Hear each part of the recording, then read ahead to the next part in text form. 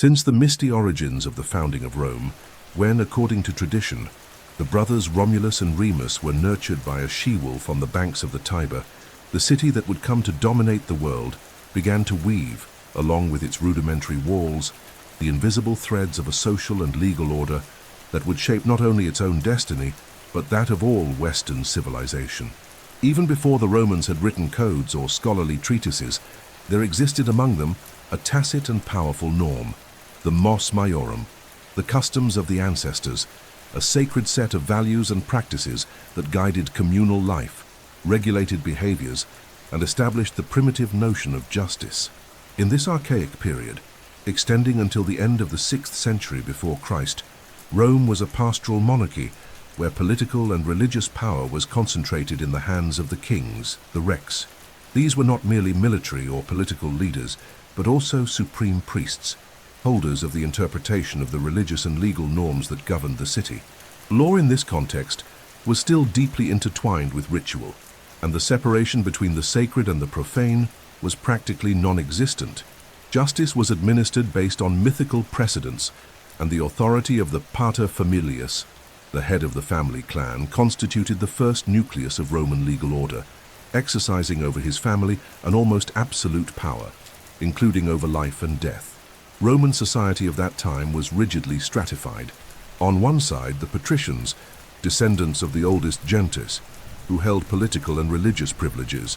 On the other, the plebeians, a heterogeneous group excluded from magistracies and access to legal interpretation. This social division determined not only each individual's place in the city's hierarchy, but also their rights and duties, forming the embryo of the legal inequality that would profoundly mark the later phases of Roman history. However, even in this archaic scenario, elements that would be decisive for the evolution of Roman law began to germinate. The practice of fides, or mutual trust, was a fundamental value in the establishment of the first agreements and alliances between families and clans. Oral conventions, often sealed by religious rituals, constituted the embryos of future contracts. The nexum, for instance, was a primitive form of contract that bound the debtor to the creditor, and whose violation could result in consequences as severe as debt servitude, revealing the ethical and social weight attributed to the fulfillment of obligations since the most remote times. Throughout the monarchical period, the increasing complexity of social and economic relations required greater formalization of legal norms. The need to resolve disputes between individuals and families, as well as to ensure the stability of political and commercial alliances, drove the creation of rudimentary legal procedures. Thus emerged the first leges actions, legal actions based on fixed formulas and solemn rituals, whose strict observance was essential for the validity of legal acts. Formalism, an indelible mark of Roman law, thus began to clearly take shape. The downfall of the monarchy, traditionally dated to 509 before Christ, and the consequent establishment of the Republic, not only profoundly transformed the Roman political system, but also created the conditions for a more rapid and systematic evolution of the law. With the advent of the Republic, the power previously concentrated in the kings was redistributed among the magistrates, the Senate, and the popular assemblies, and the law ceased to be an exclusive domain of royalty to become a political and social instrument of broader circulation.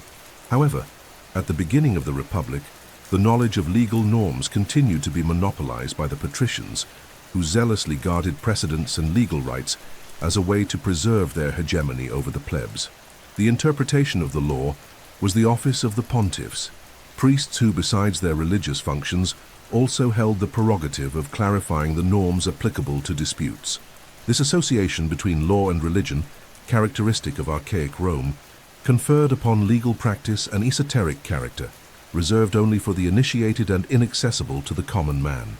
The plebeians' dissatisfaction with this legal exclusion would soon culminate in one of the most significant episodes in the history of Roman law, the drafting of the Law of the 12 Tables.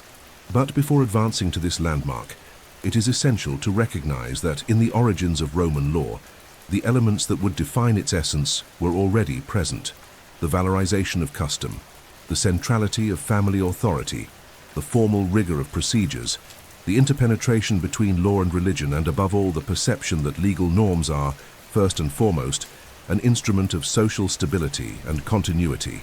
Thus, even shrouded in the mists of tradition and legend, Roman law was born as a silent but irresistible force that would traverse the centuries, adapt to political transformations, and ultimately shape the foundations of Western justice, becoming one of the most enduring and influential legacies of Roman civilization. In the beating heart of Republican Rome, under the shadow of the hills that had witnessed the mythical founding of the city, and amid the social tensions that tore apart the nascent political structure, arose one of the most remarkable monuments, not only in legal history, but also in Western civilization, the Law of the 12 Tables. Much more than a mere compendium of norms, this codified set represented, above all, the transition from a society governed by custom and the hermetic privilege of an elite to a community where the law, albeit incipient, became a public patrimony, visible and accessible to all citizens. The scenario that preceded the creation of the Law of the 12 Tables is marked by a profound social and political division. After the fall of the monarchy, Rome experienced the consolidation of power in the hands of a patrician aristocracy that, by controlling the main organs of the republic, the Senate and the magistracies, also maintained its dominance over legal knowledge. The plebeians, composed of small landowners, artisans and merchants, found themselves in a situation of extreme vulnerability, not only because of their exclusion from political institutions, but especially due to the legal insecurity stemming from their inability to know or challenge the norms that governed their existence. Law in this context remained a pius occultum, a hidden knowledge monopolized by the pontiffs, who mastered the procedural formulas and held the power to interpret and apply the norms according to their interests. This monopoly would soon be contested. The long and intense struggle between patricians and plebeians, the so-called conflict of the orders, led the plebeians to demand, as one of their main claims, the drafting of a written body of law that would put an end to arbitrariness and ensure security and predictability in social and legal relations.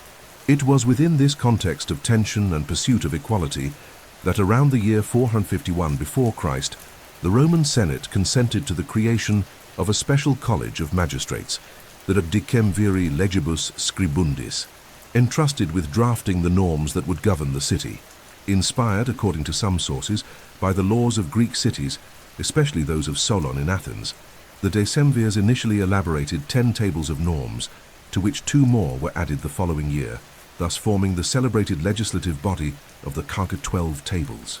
The tables, engraved in bronze and displayed in the Roman Forum Lacanum for all to see, constituted not only a compendium of rules, but also a symbol of justice and transparency. For the first time, law ceased to be a mystery reserved for a priestly caste and transformed into a ius publicum, a public law that everyone, regardless of their social position, could know and to some extent claim. The content of the 12 Tables is a faithful reflection of Roman society in the 5th century before Christ, an essentially agrarian world, deeply hierarchical, in which family and property interests occupied the center of legal concerns. The norms inscribed therein regulated fundamental aspects of daily life, such as property rights, family relations, contractual obligations, offenses, and their respective punishments. Provisions such as the inviolability of the family tomb, the necessity of formalizing contracts through specific rituals, or even the possibility of personal execution of the insolvent debtor illustrate both the rigor and the solemnity that characterized Roman law in its primitive form. Among the most emblematic provisions of the 12 Tables stands out the regulation of the nexum, which juridically consolidated the possibility for the debtor to deliver himself as a guarantee to the creditor, potentially being subjected to servitude or even execution if he failed to fulfill his obligation. This provision highlights not only the centrality of credit and property in Roman social relations, but also the harshness and impersonality that marked the law of that era. Another notable aspect of the 12 Tables is the establishment of sanctions for offenses, often with severe and exemplary penalties, reflecting the Roman conception of law as an instrument of social cohesion and preservation of public order. The lex talionism, the law of retaliation, finds expression in various passages, reaffirming the principle of proportional retribution as the basis for the administration of penal justice. The law of the 12 Tables, however, is not limited to a set of specific prescriptions. It inaugurates, above all, a new paradigm in legal history, that of unwritten juridical norms, and the supremacy of law over individual arbitrariness. By establishing clear and accessible norms, it promoted the predictability of social relations, limited the power of magistrates and patricians, and provided plebeians with an instrument of defense and affirmation of their citizenship. It is important to emphasize, however, that although revolutionary in its form, the law of the 12 Tables did not immediately eliminate the social and legal inequalities that permeated Roman society. The struggles between patricians and plebeians would continue for many decades, resulting in new achievements for the plebeians, such as the right to elect their own magistrates, the tribunes of the plebs, and the subsequent legalization of marriages between patricians and plebeians through the Lex Canulea, promulgated in 445 before Christ. Unfortunately, the original tables were lost to the ravages of time, probably destroyed when Rome was sacked by the Gauls in 390 before Christ. All that remains are fragments and quotations, preserved in the works of authors such as Cicero, Aulus Gellius, and other Roman jurists and historians.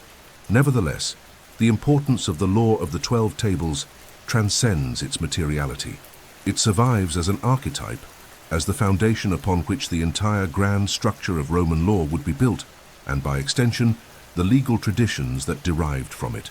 The Roman jurist Livy even stated that the 12 Tables were the source of all public and private law, an expression that, more than a hyperbolic praise, reveals the awareness, already in antiquity, of the seminal role of this normative body in shaping Western legal culture. Thus, on the cold and inflexible metallic surfaces of the bronze tables, forged through the political effort of the plebeians and the resistance of the patricians, were engraved the first traces of a conception of law that, centuries later, would acquire universal and timeless contours. Law as the rational expression of social order, as a shield against arbitrariness, and as the most enduring of the inheritances left by Rome to the world. With the solemn inscription of the archaic 12 Tables in bronze, Rome had taken a monumental step in establishing law as a written and relatively accessible body. However, the Roman legal edifice was far from complete. Law, as a living organism, would grow, adapting to the complexity of a city that, from a modest Italic town, would come to dominate vast territories. And in this process, there would emerge the most essential of ancient legal distinctions: the separation between the law of Roman citizens, the jus civile, and other forms of normativity that imperial Rome would later consolidate. This jus civile, forged throughout the Republic, would be the hard core of the Roman legal tradition and, subsequently, one of the main pillars of Western civilization. The jus civile was originally the set of legal norms applicable exclusively to the cives Romani, that is, to full Roman citizens. It encompassed the oldest legal institutions, codified customs, ritual practices, and solemn formulas that provided security to the social and economic relations of Republican Rome. This law was deeply rooted in the past, a faithful mirror of the mos maiorum, the ancestral values that defined what it meant to be Roman: virtus, fides, pietas. During the first centuries of the Republic, this law was rigorously guarded by the pontiffs, members of the patrician elite who, by keeping the legal formulas and procedures, also protected their own social and political hegemony. The role of the chief pontiff, the Pontifex Maximus God, and of the other priests of the college was not limited to religious cult. They were the custodians of legal knowledge and the arbiters of the disputes that emerged in society. Thus, the law remained, to a large extent, reserved knowledge inaccessible to the plebeian and the common citizen. However, the inexorable course of history and social tensions propelled the gradual opening of this knowledge. A decisive milestone in this process was the action of Gnaeus Flavius, a scribe of the Praetor, who around 304 before Christ broke with the tradition of secrecy by publicly disclosing the calendar of procedural formulas, the actiones legis. This act represented a true democratization of legal knowledge, allowing any citizen to know which procedure they could adopt to defend their rights. The cum actiones legis constituted at that moment the heart of the jus civile, rigidly formalized procedural rituals that had to be executed with absolute precision. A slip, a mispronounced word, and the action lost its validity. This excessive rigor, while ensuring predictability and stability in legal relations, also gave the law an excessively technical and sometimes inhospitable character. The jus civile, as the formal expression of Roman citizenship, also delineated the political and legal identity of the citizen. It was the jus that regulated their capacity to own property, to contract a legitimate marriage, connubium, to participate in the assemblies, and to appeal to public power for the defense of their interests. Thus, the jus civile was not just a set of norms, but an essential dimension of the very condition of belonging to the Roman political community. Throughout the Republic, the jus civile expanded and became more sophisticated, integrating new practices and adapting to social and economic transformations. The intensification of commerce, urbanization, contact with foreign peoples, and the incorporation of new lands and populations into the Roman domain demanded a constant updating and broadening of legal norms. In this context, the role of the jurisconsults, experts in legal knowledge, became increasingly relevant. The jurisconsults, or jurisconsulti, were cultured citizens dedicated to the study and interpretation of law.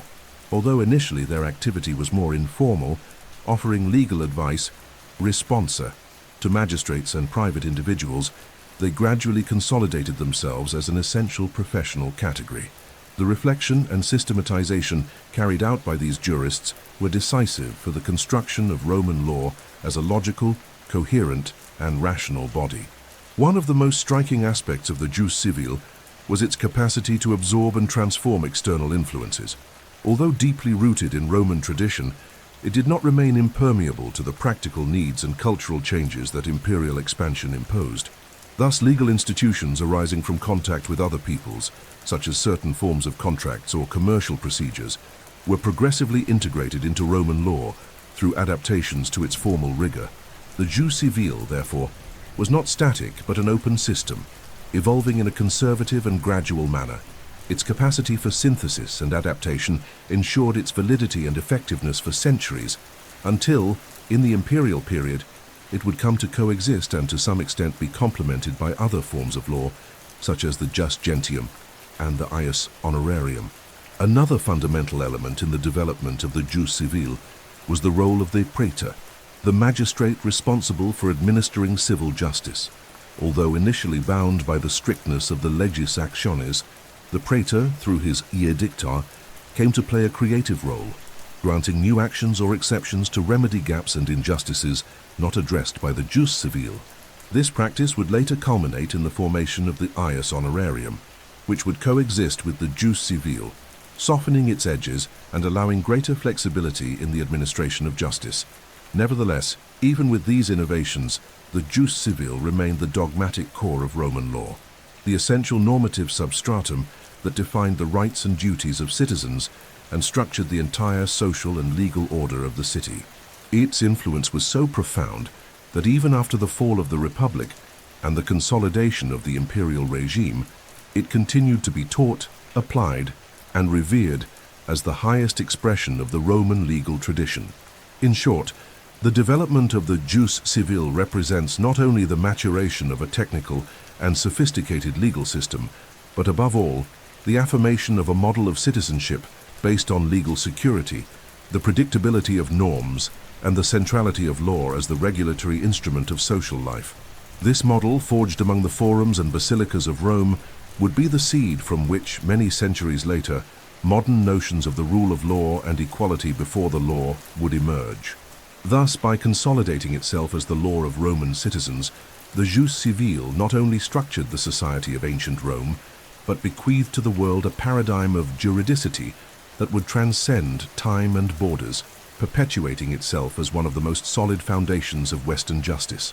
As Rome abandoned the confines of its 7 hills and extended like an eagle in continuous flight, its talons over vast regions of the Italian peninsula, the Mediterranean, and later the known world, its law, initially forged to regulate internal relations among Roman citizens, proved insufficient to manage the complexity and diversity of peoples, cultures, and customs that now integrated the imperial sphere.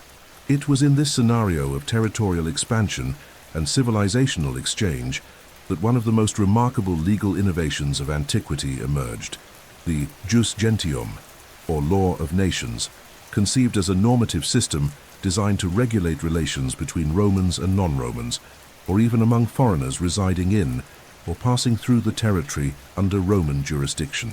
The jus gentium did not arise, therefore, from a deliberate legislative act or an isolated political decision, but rather from a practical necessity imposed by the economic and social transformations unleashed by the imperial process. By conquering new provinces and incorporating diverse populations, Greeks, Egyptians, Iberians, Gauls, and peoples from the east of every lineage, Rome faced the challenge of establishing a set of norms capable of ensuring legal security in commercial transactions, political treaties, matrimonial issues, and judicial disputes among individuals who did not share Roman citizenship, nor the legal traditions of the jus civile. The praetor peregrinus, a magistrate specifically created to handle disputes involving foreigners or between foreigners and Roman citizens, played a fundamental role in the formulation and development of the jus gentium. Unlike the urban praetor, restricted to cases between cives Romani, the praetor peregrinus sought legal solutions based not only on Roman tradition, but also on customary practices common to various peoples subjected to imperial authority. Thus, the jus gentium constituted a kind of cosmopolitan law, built upon a core of norms and principles, recognized as rational and universal, transcending the cultural and legal specificities of each community. Among the central elements of the jus gentium were norms regulating commercial contracts, property and succession relations, as well as principles ensuring good faith in transactions, bona fides, and minimal protection for parties, regardless of their ethnic origin or political status. Its practical application was guided not by excessive formalism, as occurred with the jus civile, but by the pursuit of equitable, effective solutions adapted to the needs of a society in constant expansion and transformation. This law of nations thus operated as an instrument of integration and pacification within the Roman Empire, providing a normative framework that enabled the coexistence of multiple cultures under the aegis of a centralized political power. More than a simple set of norms, the jus gentium represented a conception of law founded on the idea of rationality and universality, anticipating in some sense the principles that centuries later would guide the formulation of modern international law. The elaboration of the jus gentium also reflected a profound change in the Roman perception of citizenship and otherness. If, in the early Republic, the foreigner, the hostis, was viewed with suspicion or even hostility, in the imperial context he came to be recognized as part of a common legal order, even if he did not hold the privileges of full Roman citizenship. This legal recognition did not imply political equality, but entailed, at least, the possibility of having one's rights acknowledged and protected, constituting a remarkable advance in the realm of justice and civilized coexistence. Moreover, the jus gentium decisively influenced the subsequent development of the jus civile itself. Many institutions and practices, initially elaborated within the framework of the law of nations, were incorporated into the body of Roman civil law, enriching and flexibilizing it. A paradigmatic example is the figure of the causine consensual contract, which emerged as a juridical modality of great importance, especially in commercial relations, replacing in many cases the contracts based on solemn rituals typical of archaic law. Over time, this integration culminated in the formation of a more uniform and comprehensive law, suited to the needs of an increasingly complex and diversified society. The celebrated issuance of the Edict of Caracalla in 212 after Christ, which extended Roman citizenship to all free inhabitants of the empire, was, in this sense, both a political act of unification and a logical corollary of the legal process of rapprochement and integration promoted by the jus gentium. Nevertheless, it must be emphasized that the jus gentium was not to be confused with modern international law as we conceive it today. It was not a law between sovereign states, but rather a common law applied within a single empire, directed at individuals and communities under Roman authority. Even so, its formulation, based on the idea of rational and universal principles valid beyond political or cultural borders, constitutes one of the most remarkable legacies of Roman law to the Western legal tradition. The Roman jurist Gaius, in his celebrated work Institutes, clearly distinguishes the jus civile from the jus gentium, attributing to the latter a universal and natural character. Quod naturalis ratio inter omnes homines constituit, id apud omnes gentes per aeque custoditur. What natural reason establishes among all men is equally observed by all peoples. This conception of a natural law, underlying and superior to particular legislations, would be found centuries later at the base of the natural law doctrines of the modern age, and would profoundly influence Western legal and political thought. Thus, the jus gentium, born from the practical necessity of managing the vastness and diversity of the Roman Empire, transformed into one of the fundamental pillars of the Western legal tradition. It demonstrated that law is not merely a reflection of local traditions or specific political interests, but can and must be a rational instrument for regulating human relations, capable of transcending borders and establishing a common basis for peaceful and orderly coexistence among distinct peoples. In this sense, the jus gentium is not only a testament to Roman legal genius, but also a perennial invitation to reflect on the civilizing function of law, on its vocation for universality, and on the always necessary possibility of constructing norms that unite rather than divide, that integrate rather than exclude. As Rome consolidated itself as the nervous center of an unprecedented empire, the legal structure that supported this colossus evolved in an equally dynamic and sophisticated manner. At the core of this transformation rose one of the most ingenious and enduring innovations of Roman law, the figure of the marxiu praetor, and the development of the pau formula, which together would trigger a true procedural revolution. This change would not only overcome the limitations of the old legis actions system, but also provide flexibility and effectiveness that would shape the foundations of contemporary civil procedure. The emergence of the piu praetor urbanus, or urban praetor, occurred in 367 before Christ with the piu Licinian Sextian laws, a moment that created a specific magistracy to administer justice among Roman citizens, the cives. The institution of the praetor represented a clear separation between political power and judicial function, assigning to a magistrate the responsibility of organizing and directing the judicial process. The praetor, however, was not a judge in the modern sense. His primary function was to define the conditions under which the dispute should be judged, establishing the parameters of the process, and appointing, when necessary, the private judge, the iudex, responsible for rendering the final decision. With the advent of the praetor, Roman procedure underwent a profound mutation. Until then, the system of legis actions has prevailed, consisting of rigid rituals and inflexible verbal formulas that often led to the frustration of substantive rights due to mere procedural mistakes. An error in the pronunciation of the formula or failure to observe a ceremonial step could irreparably compromise the plaintiff's claim, revealing the excessive rigidity of the traditional system. The increasing complexity of legal relations, driven by economic development and territorial expansion, made the creation of more flexible and effective procedural mechanisms imperative. It was in this context that the praetor, endowed with his potestas, inaugurated an innovative practice, the issuance of an acadictamens, or edict, in which he solemnly announced the actions he would be willing to grant during his term, as well as the exceptions or defenses he would admit. This edict, initially provisional and variable, gradually transformed into a relatively stable body of procedural norms known as the edictum perpetuum. Although the praetor did not create legal norms in the strict sense, his edict acquired immediate practical force, acting as a dynamic source of Roman law and allowing its continuous adaptation to new social demands.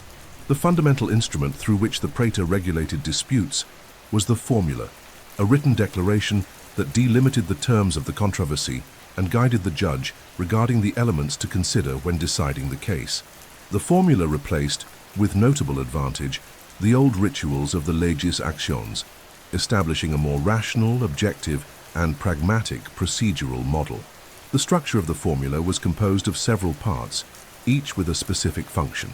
The intentiaura stated the plaintiff's claim, The missa demonstratio indicated the facts underlying the demand. The iussimus condemnatio authorized the judge to condemn or acquit the defendant, and the justum exceptua allowed the latter to present a specific defense.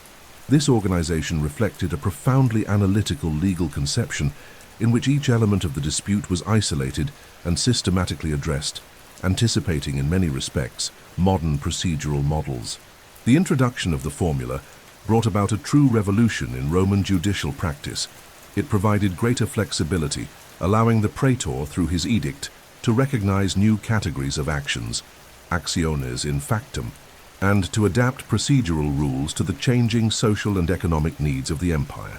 The formula also enabled the emergence of legal principles such as bona fides, good faith, which gained increasing importance in evaluating conduct and contracts, mitigating the strict formalism that characterized earlier stages of Roman law. By granting the praetor greater freedom to provide actions and exceptions, the formula system transformed the praetorian magistracy into a permanent engine of legal renewal. The celebrated distinction between ius civile, the traditional, customary and codified law, and ius honorarium, the honorary law created by the practice of magistrates, aptly illustrates this dynamic. The ius honorarium did not seek to replace the ius civile, but rather to supplement it where it was insufficient, correct it where it was flawed, and adapt it to new circumstances, thus ensuring the perpetuity and vitality of the Roman legal system.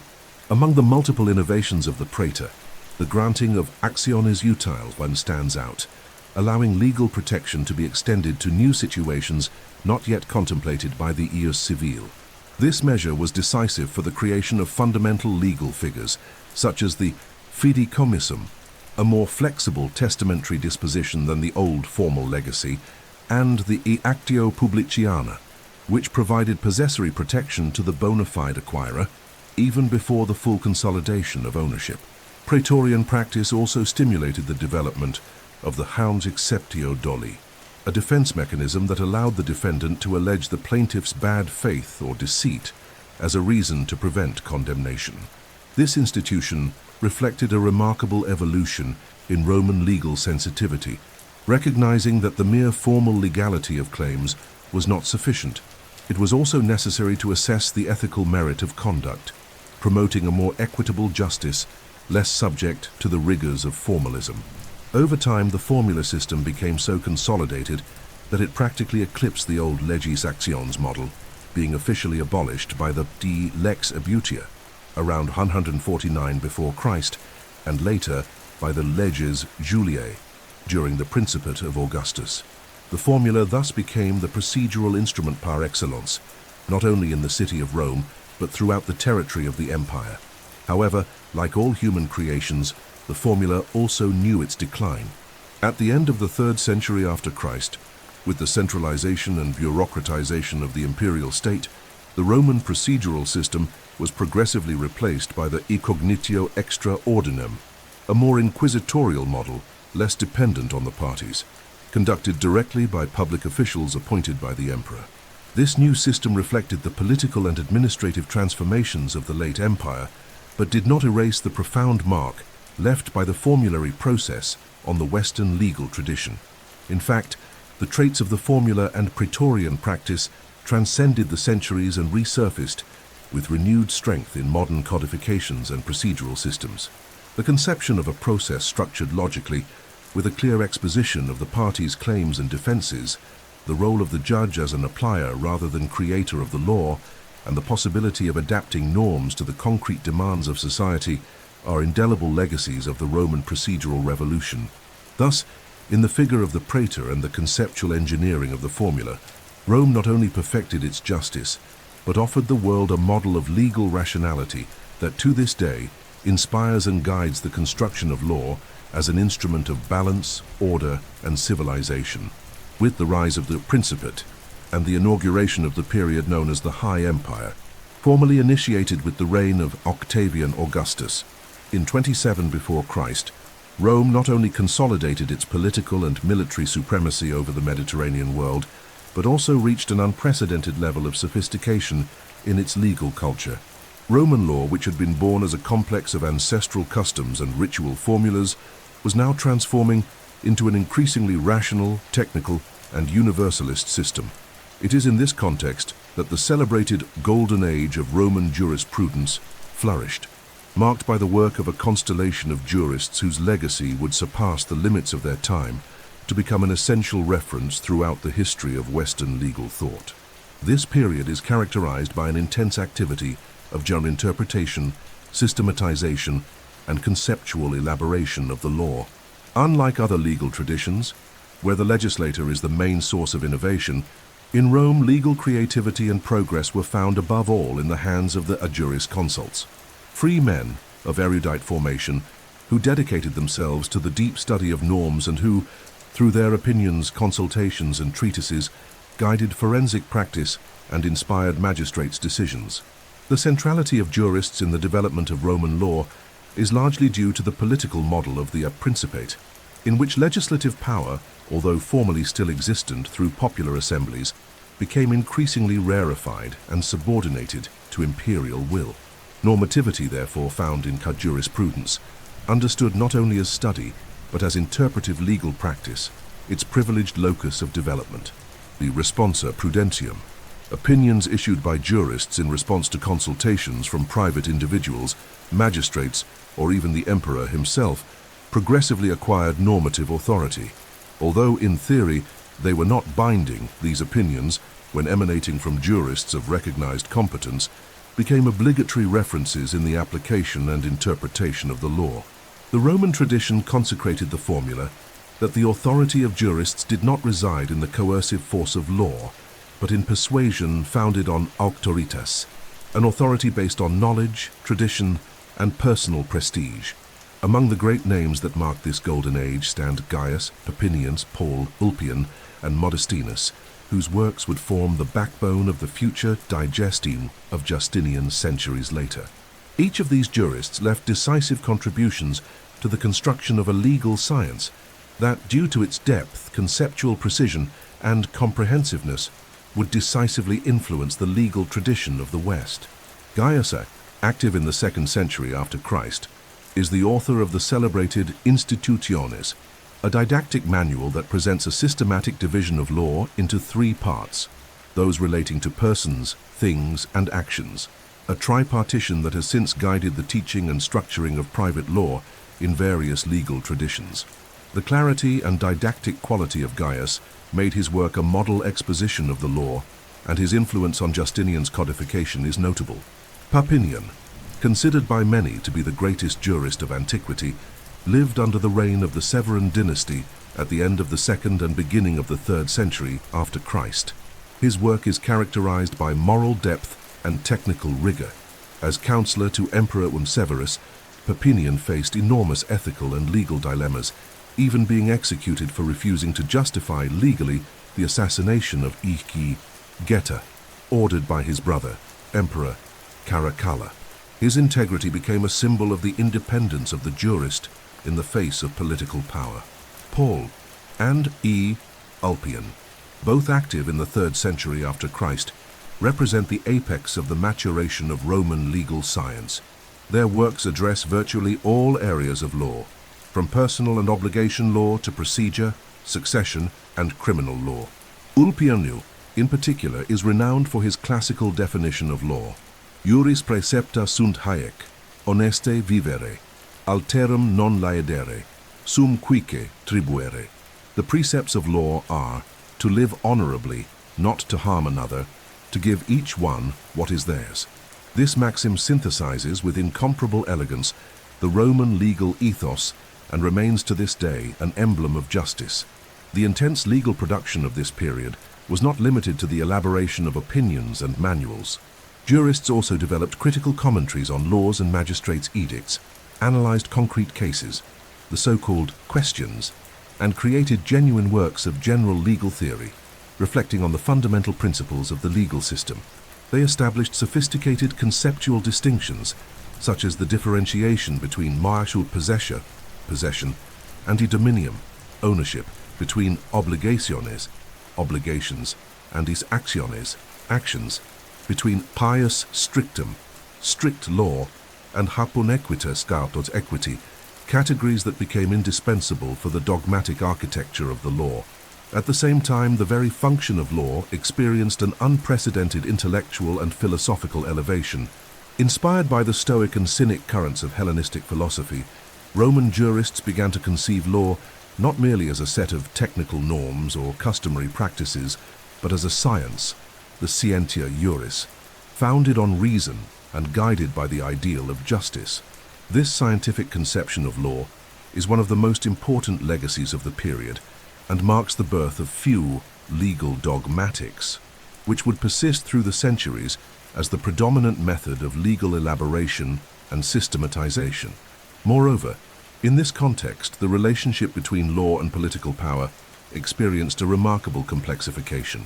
Although the emperor accumulated supreme legislative and judicial functions, the interpretation and daily application of the law remained, to a large extent, in the hands of jurists and magistrates.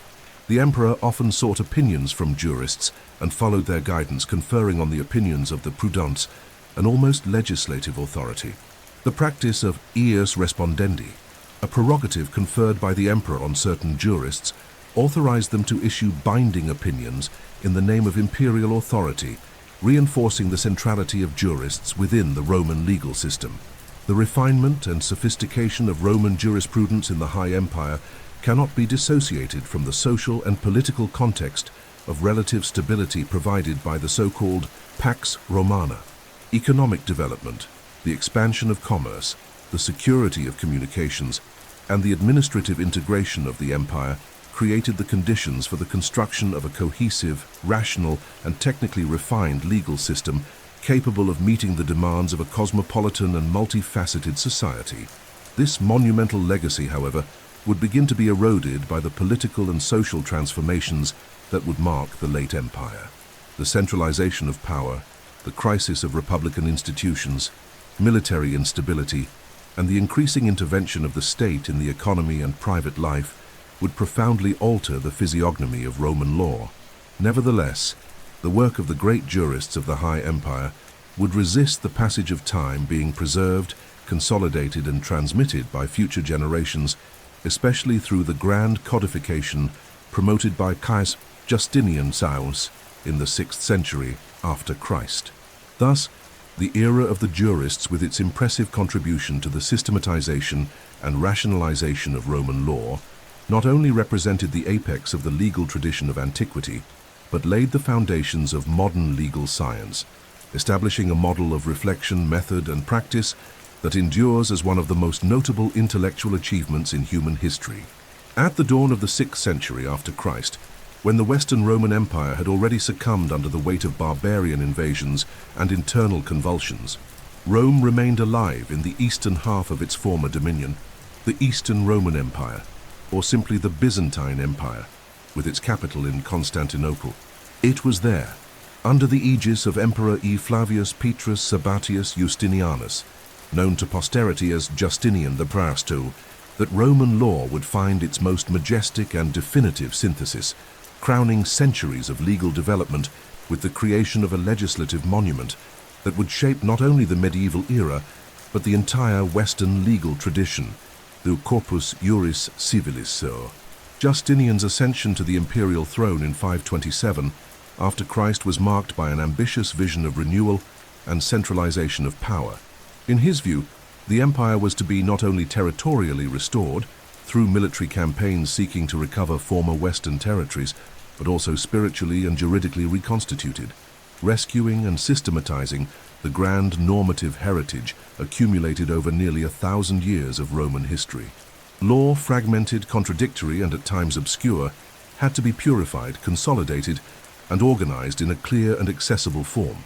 With this purpose, Justinian appointed, in 528 after Christ, a commission led by the prestigious jurist Tribonian, accompanied by other specialists, to undertake the monumental task of compiling, reviewing, and harmonizing the laws and writings of the ancient jurists.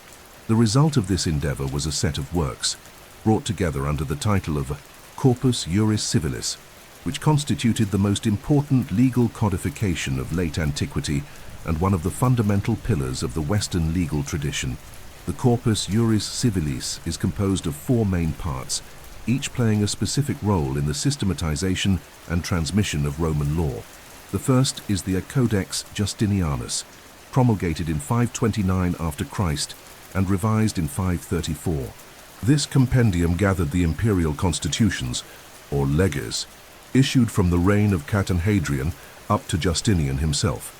By consolidating the imperial laws, many of which had fallen into disuse or presented contradictions, the Codex sought to ensure the unity and clarity of the positive law in force within the empire. The second work, even more extraordinary in scope, is the Digestae or Pandex, published in 533 after Christ. This monumental collection, composed of 50 books, systematized the fragments of the works of the most eminent Roman jurists, such as Papinian, Ulpian, Paul, Gaius, and Modestinus, preserving the essential core of classical jurisprudence. The complexity of this task is difficult to overstate.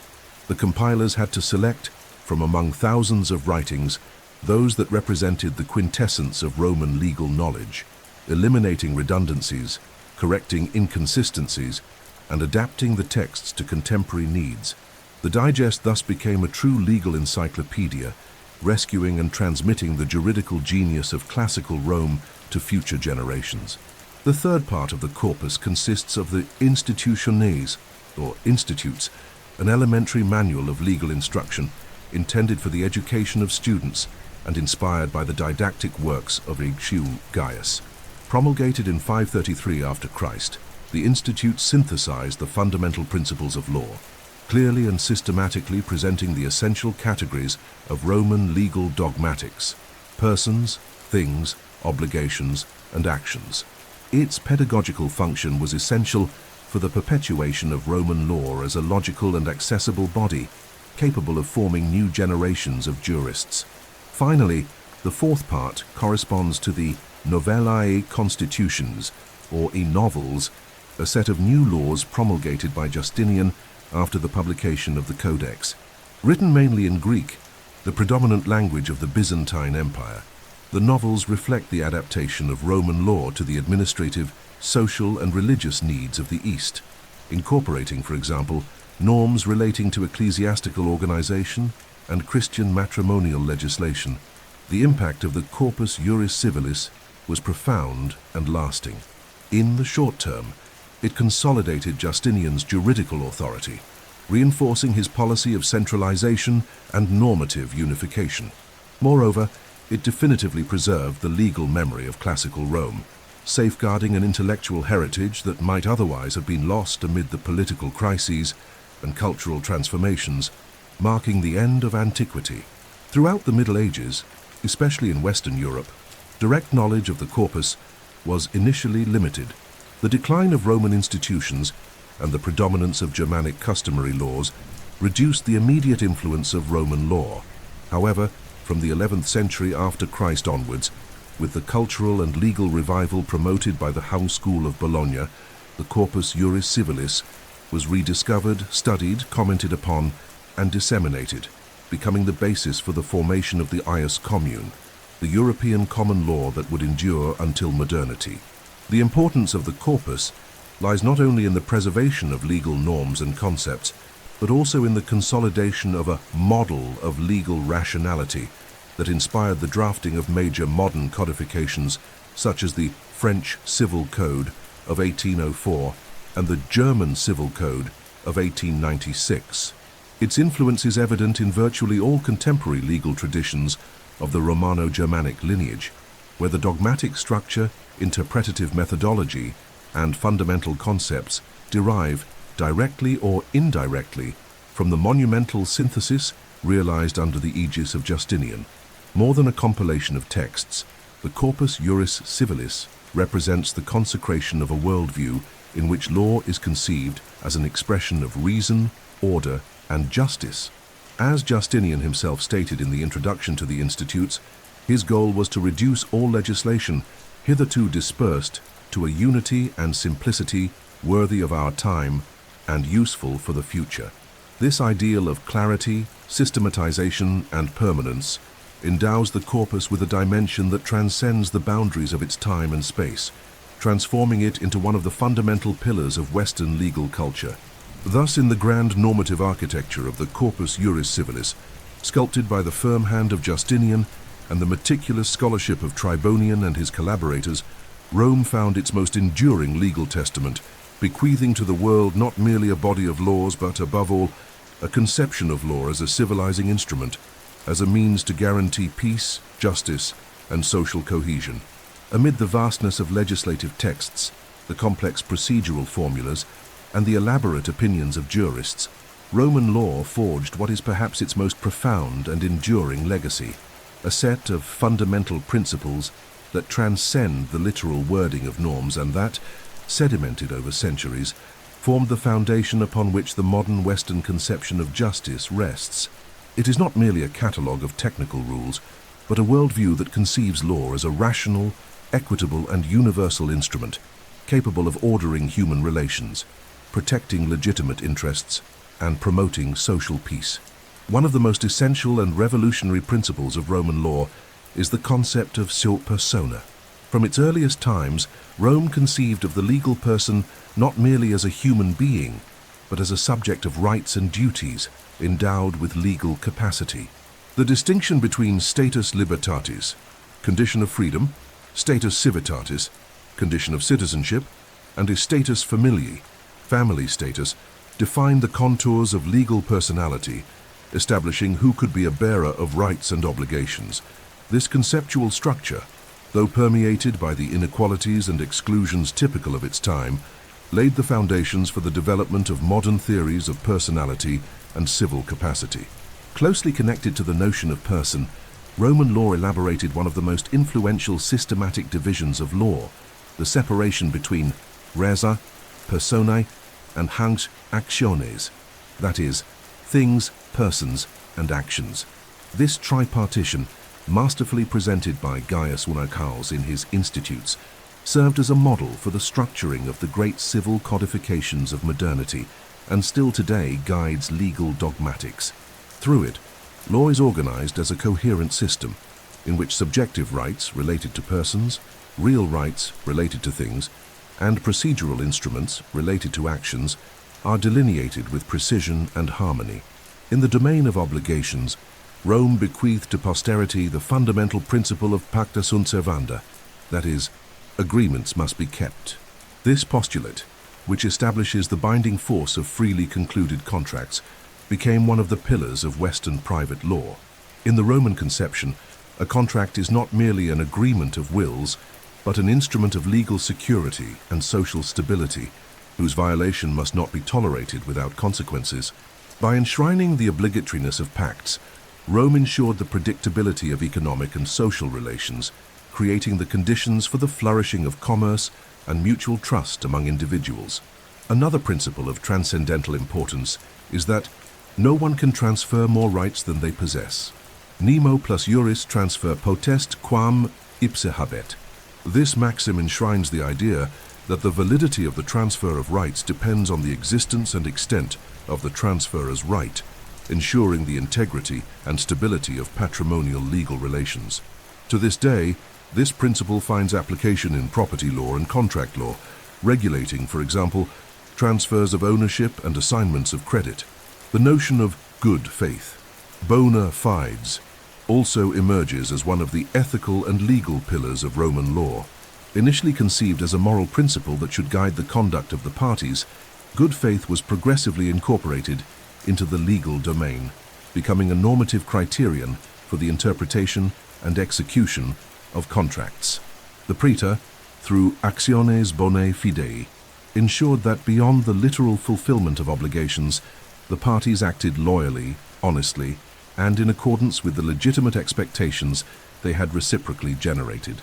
This principle, which today permeates contemporary legal systems, is one of the most important legacies of the Roman legal spirit, establishing that law is not reduced to blind formalism, but must be interpreted and applied with justice and reasonableness. In the procedural field, the principle of action stands out as an indispensable instrument for the protection of rights. Ubi ius, ibi remedium. Where there is a right, there must be a legal remedy.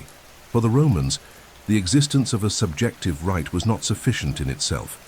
It was necessary for the legal system to provide a means for its enforcement, whether through an action, an exception, or an appropriate procedural recourse. This conception guaranteed the effectiveness of rights and has inspired to this day the idea of access to justice as a condition for legal protection. Another distinctive feature of Roman legal thought is the articulation between strict law, ius strictum, and equity, equitas. Although the ius civile was initially marked by formalist rigor, the activity of the praetor and the development of honorary law introduced the idea that justice does not consist merely in the mechanical application of norms, but requires consideration of the concrete circumstances and the ethical demands of the case. Equity thus becomes a corrective of strict law, allowing the judge to mitigate the rigors of the law and promote fairer and more humane decisions. This pursuit of equitable justice culminates in the formulation of an ideal of justice that permeates the entire Roman legal tradition, sum cuique tribuere mai, to give each their due. This maxim, attributed to Ulpian, synthesizes the Roman conception of justice as the constant and perpetual disposition to attribute to each person what is rightfully theirs, according to law and equity. It is a definition that transcends time and cultures, becoming a universal principle that still today guides legal philosophy and judicial practice worldwide. Finally, one cannot fail to mention the principle of reason as the source and criterion of law. For Roman jurists, especially under the influence of Stoicism, law was not seen as an arbitrary set of norms imposed by the will of the legislator, but as an expression of ratio naturalis, the natural reason inscribed in the very order of the world. The famous jurist Cicero, in the 1st century before Christ, expressed this idea with singular eloquence. Estenim lex, recta ratio, in imperandi atque vetandi. Law is right reason commanding and forbidding. This rationalist conception of law is at the origin of natural law theories, which profoundly marked Western legal thought and would, centuries later, inspire movements such as the Enlightenment and the Declarations of Rights. In sum, the fundamental principles of Roman law are not merely archaeological vestiges of an extinct legal system, but rather living and operative elements that continue to inform and inspire the elaboration, interpretation, and application of contemporary law. Their universality, rationality, and ethical depth make the Roman legacy an invaluable patrimony of humanity, perpetuating the lesson that law is, above all, a construction of human reason in pursuit of justice, order, and social peace.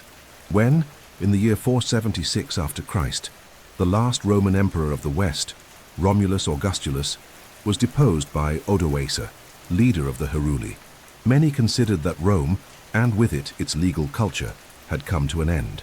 However, like an underground river that continues its hidden course, the tradition of Roman law kept flowing through the foundations of medieval Europe, not only surviving the political collapse of the empire, but silently shaping the legal, institutional, and cultural foundations of the West.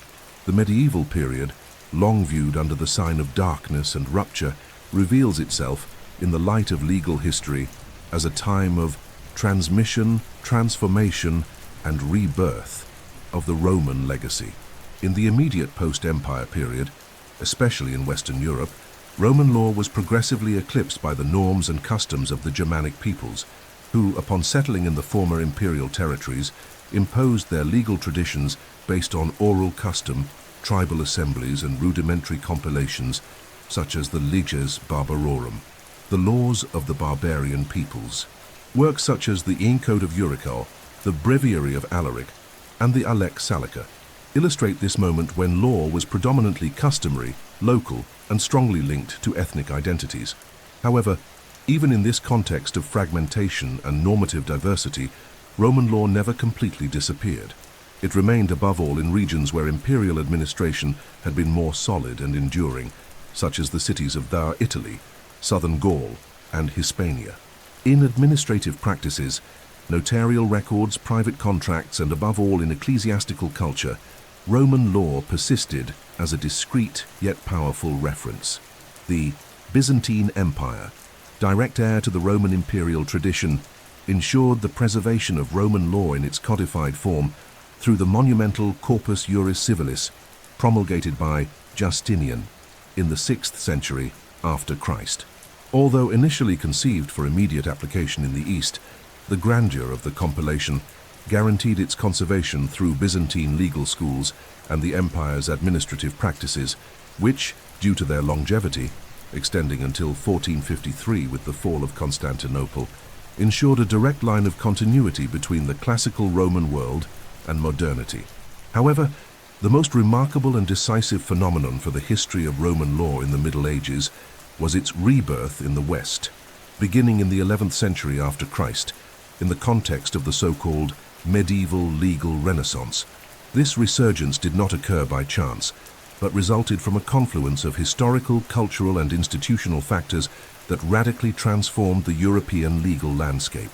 At the center of this renaissance was the city of Bologna, in Italy, where around the end of the 11th century, a group of scholars, led by Irnerius, began the systematic reading, interpretation, and teaching of the Corpus Juris Civilis, recovered from manuscripts preserved in monasteries and libraries.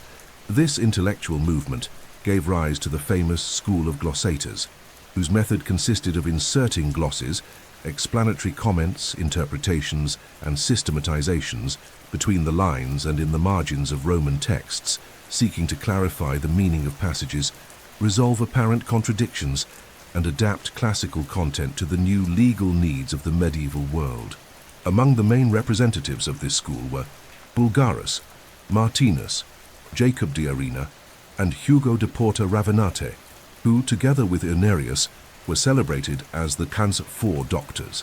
From their glosses, Roman law was progressively reconstructed as a coherent and applicable system, forming what came to be known as the ius commune, the European common law, which overlaid and complemented local laws, constituting a unifying legal base for Western Christendom.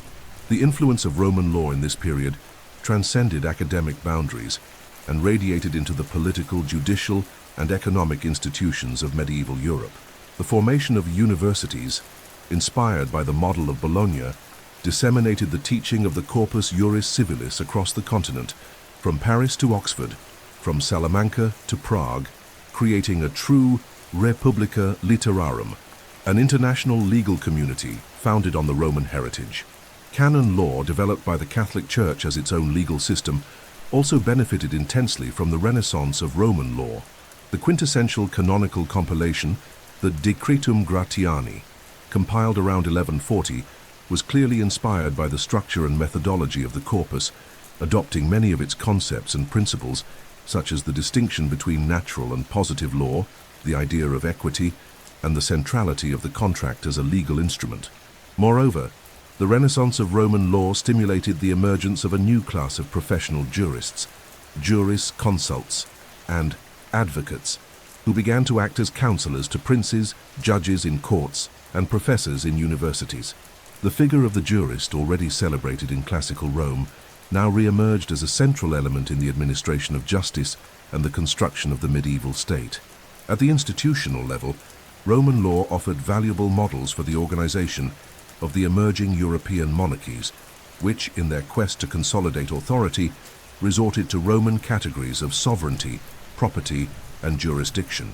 The notion that the king holds supreme power over territory and subjects, the dominium eminens, finds direct support in Roman conceptions of dominium and imperium. The impact of Roman law in the Middle Ages was also manifested in the codification of commercial practices, especially through merchant guilds and international fairs, where the need for clear and predictable legal rules stimulated the incorporation of Roman principles, such as pacta sunt servanda cui and consensus as constitutive elements of contracts. However, it is important to emphasize that medieval Roman law was not a simple repetition or mechanical application of classical law.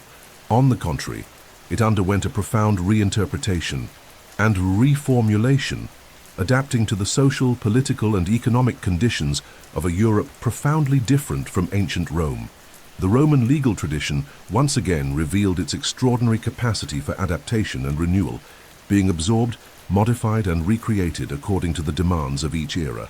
This creative reception would later culminate in the period of the few post-glossators, eduscu, or dictu commentators, between the 13th and 15th centuries, when jurists such as Bartolus de Saxoferrato and Baldus de Ubaldis deepened the analysis of Roman law, integrating it even more sophisticatedly with local laws and contemporary needs.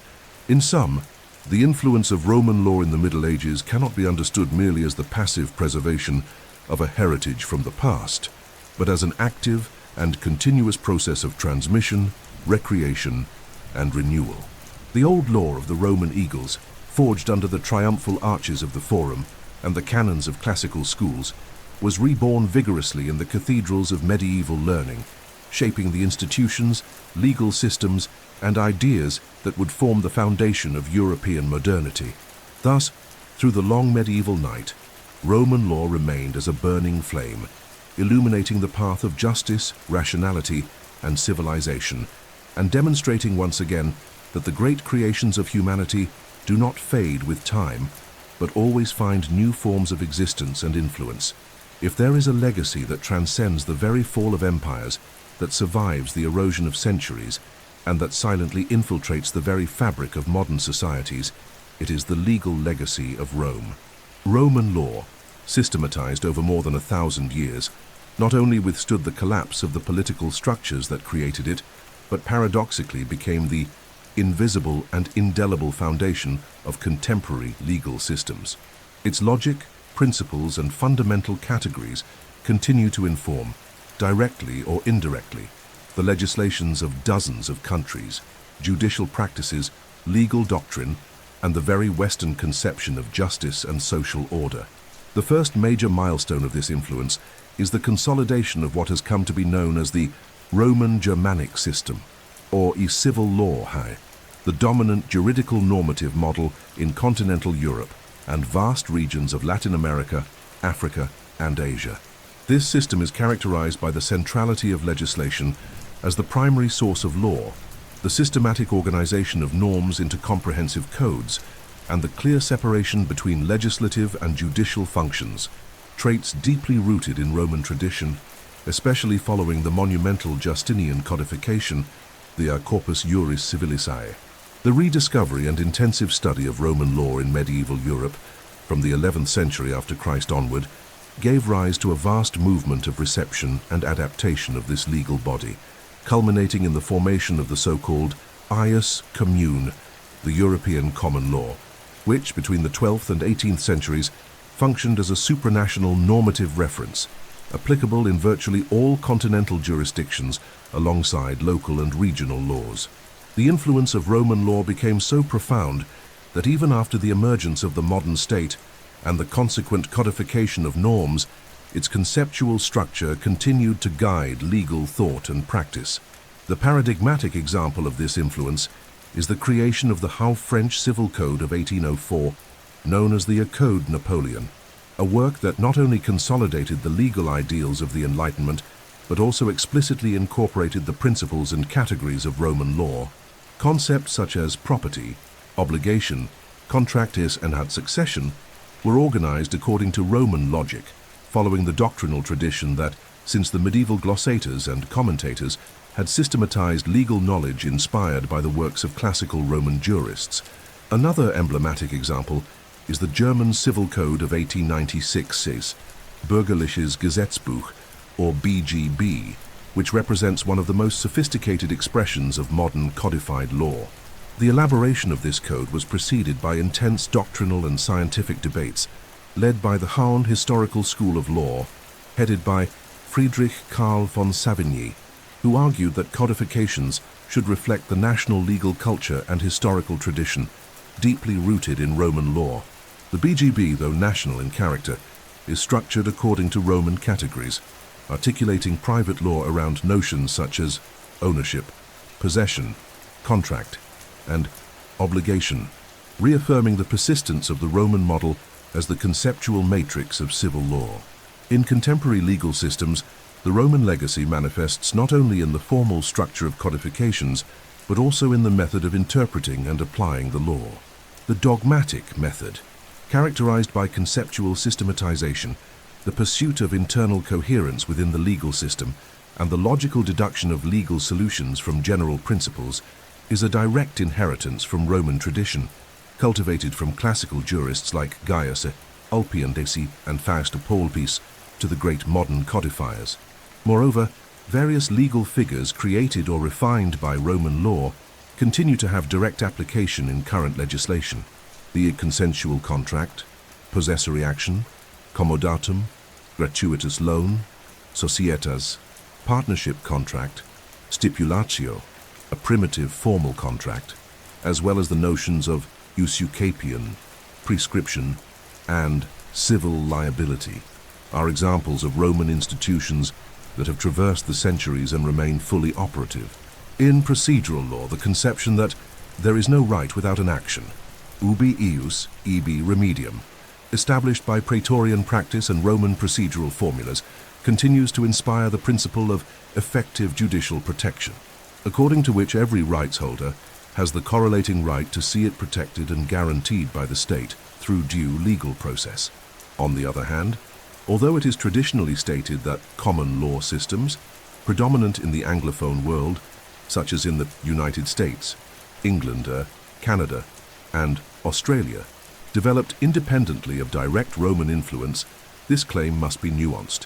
While common law has distinct roots centered on jurisprudence and the tradition of royal writs, various Roman concepts and techniques, especially following the renaissance of Roman laws in the Middle Ages and the legal humanism of the 16th century, eventually infiltrated Anglo-Saxon legal doctrines and practices.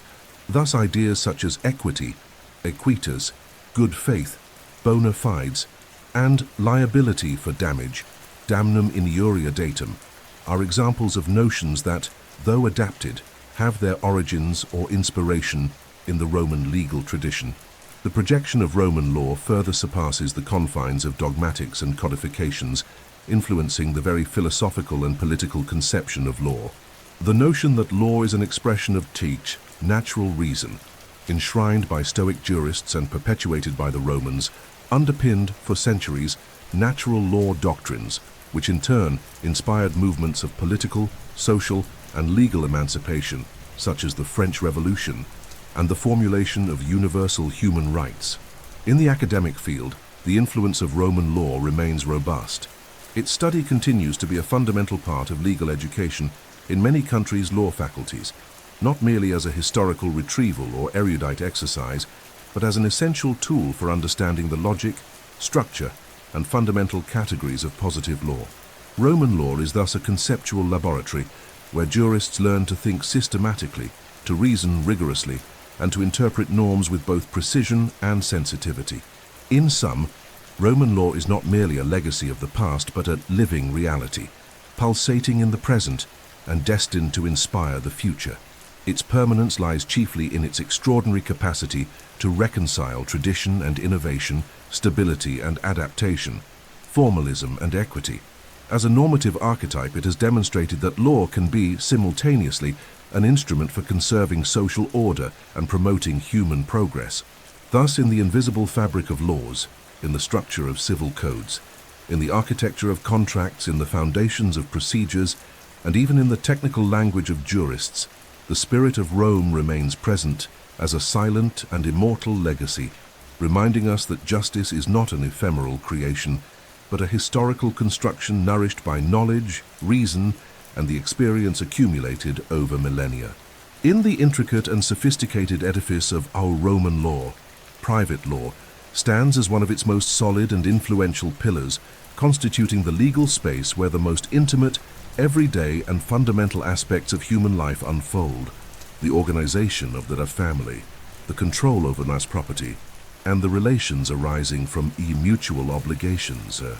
This triad, family, property, and obligations, not only structured Roman society, but also indelibly shaped Western legal systems, whose legislations to this day echo the concepts, institutions, and principles that Rome bequeathed to the world.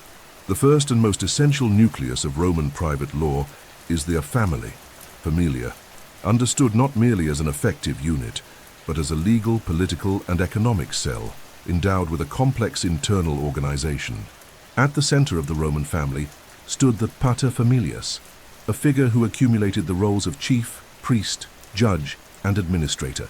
His authority, known as patria potestas, granted him absolute power over the family members, including wife, children, slaves, and even the family property. This power extended over life and death, although over time it was tempered by protective norms and cultural changes. The Roman family was organized around a patriarchal and agnatic system based on the transmission of rights and duties through the male line. Marriage, matrimonium, was originally a formal and public union whose main objective was to ensure the continuity of the genes, that is, the family and political group. The classical forms of marriage, such as confariatio, coemptios, and usus, varied in solemnity and legal effects, but all placed the woman under the authority of her husband or father-in-law through the manusa, reinforcing the institutional and patrimonial nature of the matrimonial bond. Over time, especially from the late Republic and during the Empire, Roman matrimonial law underwent a process of progressive flexibility. The institution of manus was largely abandoned, giving way to the so-called matrimonium sine manu, in which the woman remained under the authority of her original pater familias, preserving her patrimonial capacity and relative autonomy. This change reveals the ability of Roman law to adapt to social transformations and to recognize, albeit in a limited way, female dignity and autonomy. Another fundamental element of Roman private law is canon property, dominium, conceived as the broadest and most absolute right an individual can exercise over a thing. The care dominium ex aiur quaeritium, ownership, according to the law of Roman citizens, conferred on its holder the power to use, enjoy, and freely dispose of the asset within the limits established by law. This concept of property, deeply rooted in Roman tradition, formed the basis upon which modern theories of private property were erected, directly influencing European civil codifications. In Rome, the right of property was protected through specific legal actions, such as the id serei vindicatio, which allowed the owner to claim the restitution of property from anyone unlawfully detaining it, and the ex actio negatoria, which ensured defense against any third-party claim that might limit or compromise full exercise of ownership. The rigorous legal protection of property reflected its economic and social importance in Roman society, where land ownership was not only a source of wealth, but also a central element of status and political power. Beyond full ownership, Roman law recognized various forms of limited real rights, such as usufruct, usufructus, which granted someone the right to use and enjoy another's property while preserving its substance for the owner.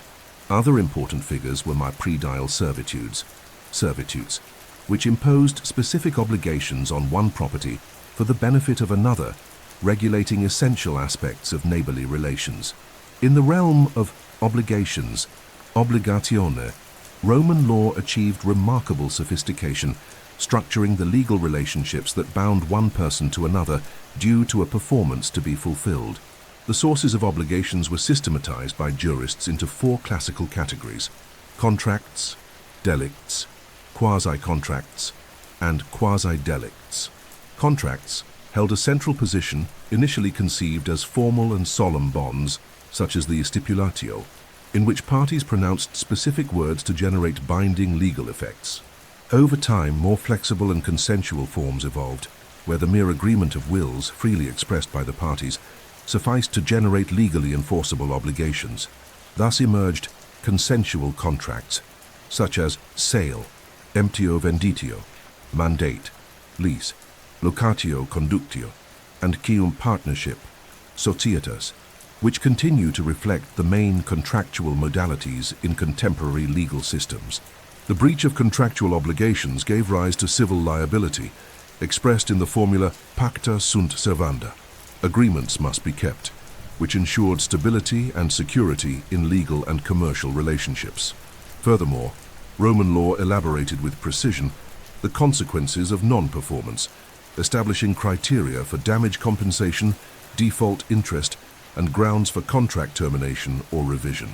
In the field of handelicta means delicta, Roman law systematized a set of private infractions that generated the duty to compensate or repair the damage caused. Among the main delicta stood out furtum, theft; rapina, robbery with violence; injuria, offense against physical integrity or honor; and damnum injuria datum, wrongful damage caused to another's property. Each of these delicts was subject to specific actions, such as the actio furti, actio vibonorum raptorum, and actio legis aquiliae, aimed at ensuring the victim's compensation for the harm suffered. Quasi-contracts and quasi-delicts were categories developed by Roman jurists to encompass situations which, though not strictly contracts or delicts, generated analogous legal effects. For example, the management of another's affairs without mandate, negotiorum gestio, and unjust enrichment, condictio indebiti, were recognized as sources of obligations, consolidating the principle of equity and protection against unjust enrichment. Through this elaborate web of rights and duties, Roman law not only precisely regulated private relations in ancient society, but also established the conceptual, methodological, and axiological foundations of modern civil law. Its influence is manifest in contemporary codifications, in the structure of contracts, in possessory actions, in succession rules, and in the conception of civil liability, among countless other aspects.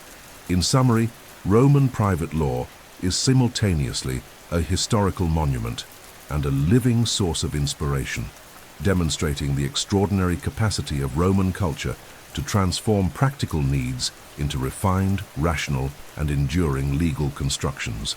It embodies the universal vocation of Roman law, to be more than a set of norms, a model of legal thought and social order that transcends centuries, cultures, and civilizations. In the vast and complex legal edifice constructed by the Romans, public law occupied a position of prominence, structuring the relationships between the individual and the collective, between the citizen and the state, between power and obedience. While private law regulated individual interests, public law in Rome was founded on the idea that the res publica, the public thing, is the common space, the institutional fabric that unites and sustains life in society. Roman public law, therefore, was not limited to administrative or organizational norms. It was the legal expression of Rome's very political identity, of its citizenship, of its administrative structure, and of the mechanisms of justice administration. At the heart of this system was the concept of Roman citizenship, civitas Romana, one of the most original and important institutions in the political and legal history of humanity.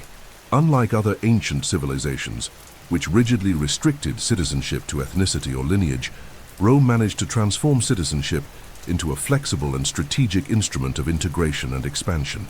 Initially reserved for the inhabitants of the city, Roman citizenship was gradually extended to other communities of the Italian peninsula and later to entire conquered peoples, becoming a powerful element of cohesion within the empire. This process culminated in the famous Edict of Caracalla, or Constitutio Antoniniana, promulgated in 212 after Christ, which granted Roman citizenship to all free inhabitants of the empire.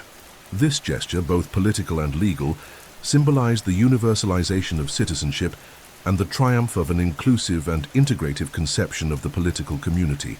Roman citizenship guaranteed fundamental rights such as the vadius suffragii, right to vote, the vadius honorum, right to hold public office, the maius connubii, right to contract a legitimate marriage, and the maius commercii, right to conduct legal transactions, as well as access to legal protection and judicial remedies. Simultaneously, Roman public law governed the political administrative structure of the state, whose institutions evolved over the centuries from the archaic monarchy to the autocratic empire.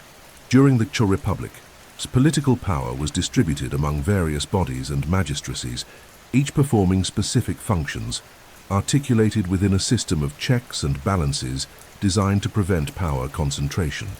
The Senate, Senatus, composed of the most distinguished and experienced citizens, was the permanent council that guided foreign policy, controlled public finances, and oversaw provincial administration. Although formally devoid of legislative power, the Senate exerted enormous influence over political and legal decisions, serving as a true instance of deliberation and counsel.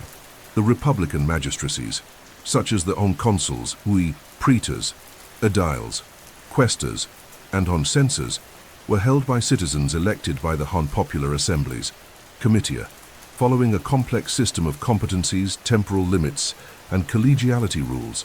Each magistracy possessed a certain degree of imperium chair or command authority, whose scope varied depending on the office. The consuls, for example, exercised the highest military and political command, while the censors were responsible for conducting the census and overseeing public morality. The Roman Republican Constitution, though uncodified, was based on fundamental principles such as the annuality of mandates, the collegiality of functions to prevent power monopolization, and the political irresponsibility of magistrates during their term of office, aspects that would deeply influence future constitutional theories. With the transition to the empire, initiated by Octavian Augustus in 27 before Christ, the political legal structure underwent profound changes. The power concentrated in the hands of the princeps was gradually expanded, eventually transforming into an autocratic regime in which the emperor effectively concentrated the legislative, executive, and judicial functions. The emperor became the primary source of law through his constitutions principum, which assumed various forms, edicts, general norms, decrees, judicial decisions, mandates, administrative instructions, and rescripts, responses to legal inquiries. Roman public law also regulated the administration of justice, structuring a judicial system that, although evolutionary, preserved fundamental principles of rationality and equity. During the Republic, justice was administered by magistrates, especially praetors, who granted actions and directed proceedings, and by judices, private citizens chosen to judge cases according to established formulas. This model, known as the ordo judiciorum privatorum, was based on a division between the in iurae phase, before the magistrate, and the apud judicem in phase, before the judge. With the advent of the empire, this system was gradually replaced by the cognitio extra ordinem, a centralized procedural model in which public officials, appointed directly by the emperor, conducted the process in all its phases, including the judgment.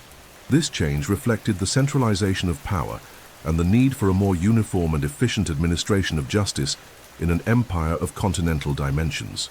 Roman public law also governed fundamental aspects of military organization, provincial administration, tax collection, and public finances.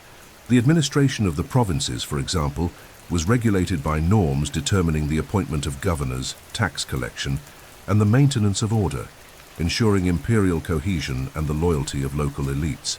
Roman legal engineering, especially in the field of public law, demonstrated an impressive capacity for adaptation and innovation. Rome succeeded in transforming its law into an instrument of expansion and integration, consolidating a political and legal order that endured for centuries and whose influence is still felt today in modern state institutions. The Roman conception of citizenship as an instrument of political integration, the idea of a state structured according to legal norms, the separation and specialization of administrative functions, the centralization of normative production, and the organization of state justice, are indelible legacies that have profoundly shaped contemporary conceptions of public administration, sovereignty, and justice. Thus, Roman public law is not merely a chapter in the history of law, but a paradigm of legal, political, and institutional construction, which taught the world that the strength of the state resides not only in coercive power, but above all, in its capacity to structure itself according to rational, predictable norms, legitimized by participation and citizenship. Among the many remarkable achievements of Roman law, few demonstrate as clearly its ability to combine tradition and innovation as the evolution of the judicial process. The way Rome organized and refined its judicial procedures not only guaranteed the effectiveness of justice in a society that, from a small city-state, transformed into a cosmopolitan empire, but also bequeathed to the modern world the foundations of various procedural practices still in force today. The history of the Roman judicial process still is, above all, the history of a gradual transition from the archaic rigidity of the legis actiones through the rationality and flexibility of the formula system, and culminating in the administrative centralization of the e cognitio extra ordinem. In the early days of the Roman Republic, the judicial process was structured around the so-called legis actiones, legal actions formalized by public rituals and solemn words whose precision was indispensable to the validity of the procedure. This archaic phase, deeply marked by formalism and rigidity, reflected the primitive conception of law as a set of almost magical formulas, whose observance was essential for the protection of rights.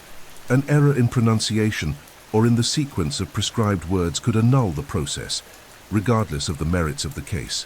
While ensuring a certain predictability and uniformity, the legis actions perites proved over time insufficient to meet the needs of a society experiencing rapid economic and territorial expansion. The increasing complexity of legal relations and the exponential growth in the number of disputes spurred the transformation of the Roman procedural model.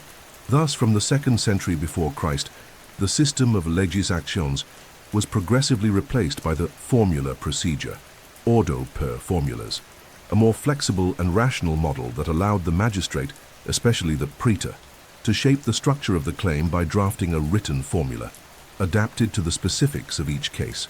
The formula process was classically divided into 2 phases, the o in iuri phase and the q uphold judicium phase. In the first, the parties appeared before the praetor, who examined the claim and, if he deemed it admissible, granted the hunt formula sau, a written statement that defined the object of the dispute, specified claims and defenses, and instructed the judge on what should be decided. The formula contained various elements, such as the pos intentio, the plaintiff's claim, the pos demonstratio, or description of the facts, the pos exceptio, or possible defense of the defendant, and the co condemnatio, authorization to condemn or acquit. This structure allowed for the organization and rationalization of the legal debate, promoting a more efficient justice system adaptable to evolving social needs. After the formula was granted, the process shifted to the 2nd phase, apud judicem, where a iudex ui, a private Roman citizen appointed to judge the case, conducted the evidentiary hearing and rendered the decision based on the received formula. The role of the iudex quan was therefore essentially deliberative, while the praetor was responsible for the normative direction of the process. This model, simultaneously flexible and controlled, ensured the effectiveness of the Roman judicial system for centuries and inspired modern conceptions of the separation between judicial and administrative functions. However, with the expansion of the empire and the growing complexity of political and administrative structures, the formula model began to reveal its limitations. The proliferation of disputes, especially in the provinces, and the need for greater centralized control over the administration of justice spurred the emergence of a new model, the cognitio extra ordinem, which, as the name suggests, constituted a process outside the traditional order. The cognitia arose from exceptional practices employed in situations that did not fit the ordinary formulas, but over time became the predominant judicial procedure, and especially from the 3rd century after Christ, during the late Empire. Unlike the formula process, the cognitio was not structured in 2 phases, nor did it involve a private judge. The entire process was conducted by a public official, appointed by the emperor or by administrative authorities, who concentrated the functions of procedural direction, evidence gathering, and decision-making. This shift reflected a profound transformation in the conception of justice, from a private mass and decentralized model typical of the Republic to a bureaucratic, centralized, and state-controlled model suited to the needs of an administratively complex and territorially vast empire. The cognitio allowed for greater uniformity of decisions, more direct control by imperial authority, and a procedural speed increasingly necessary in a transforming world. Among the main characteristics of the ad cognitio extra ordinem, the following stand out. 1. Officiality.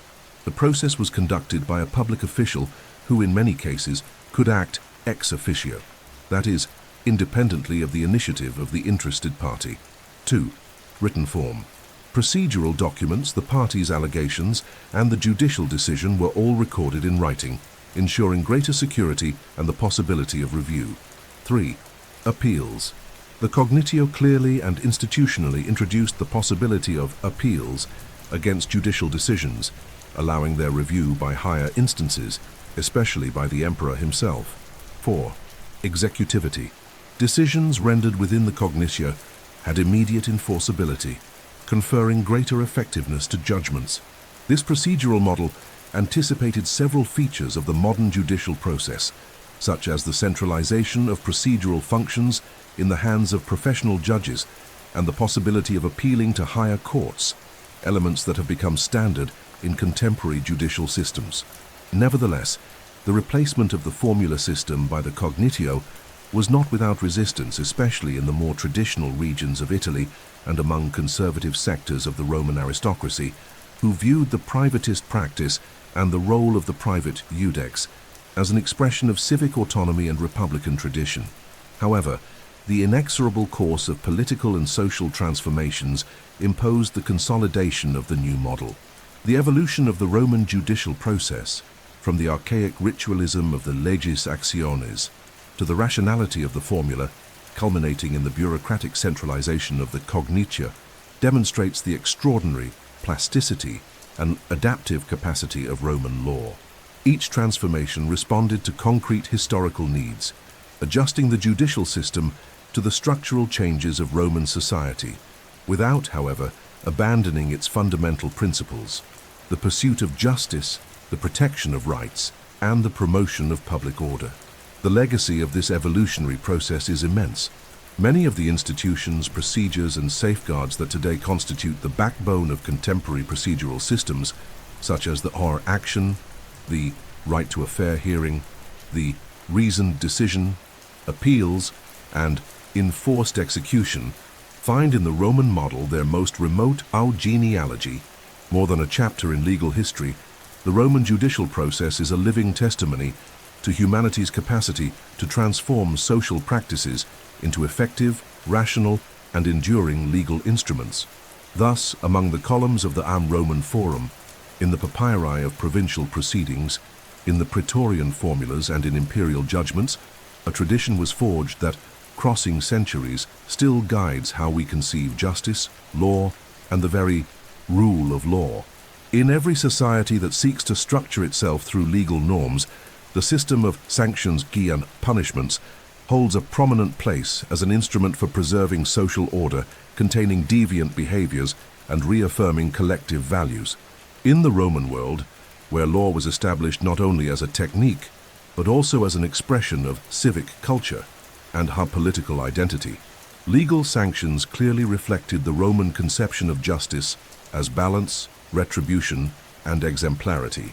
From the earliest times, punishments in Rome were intimately connected to the structure of society and the fundamental values that sustained it: the authority of the pater familias, the inviolability of property, the fides trust in contractual relationships, and the protection of the collective against behaviors that threaten stability and public security.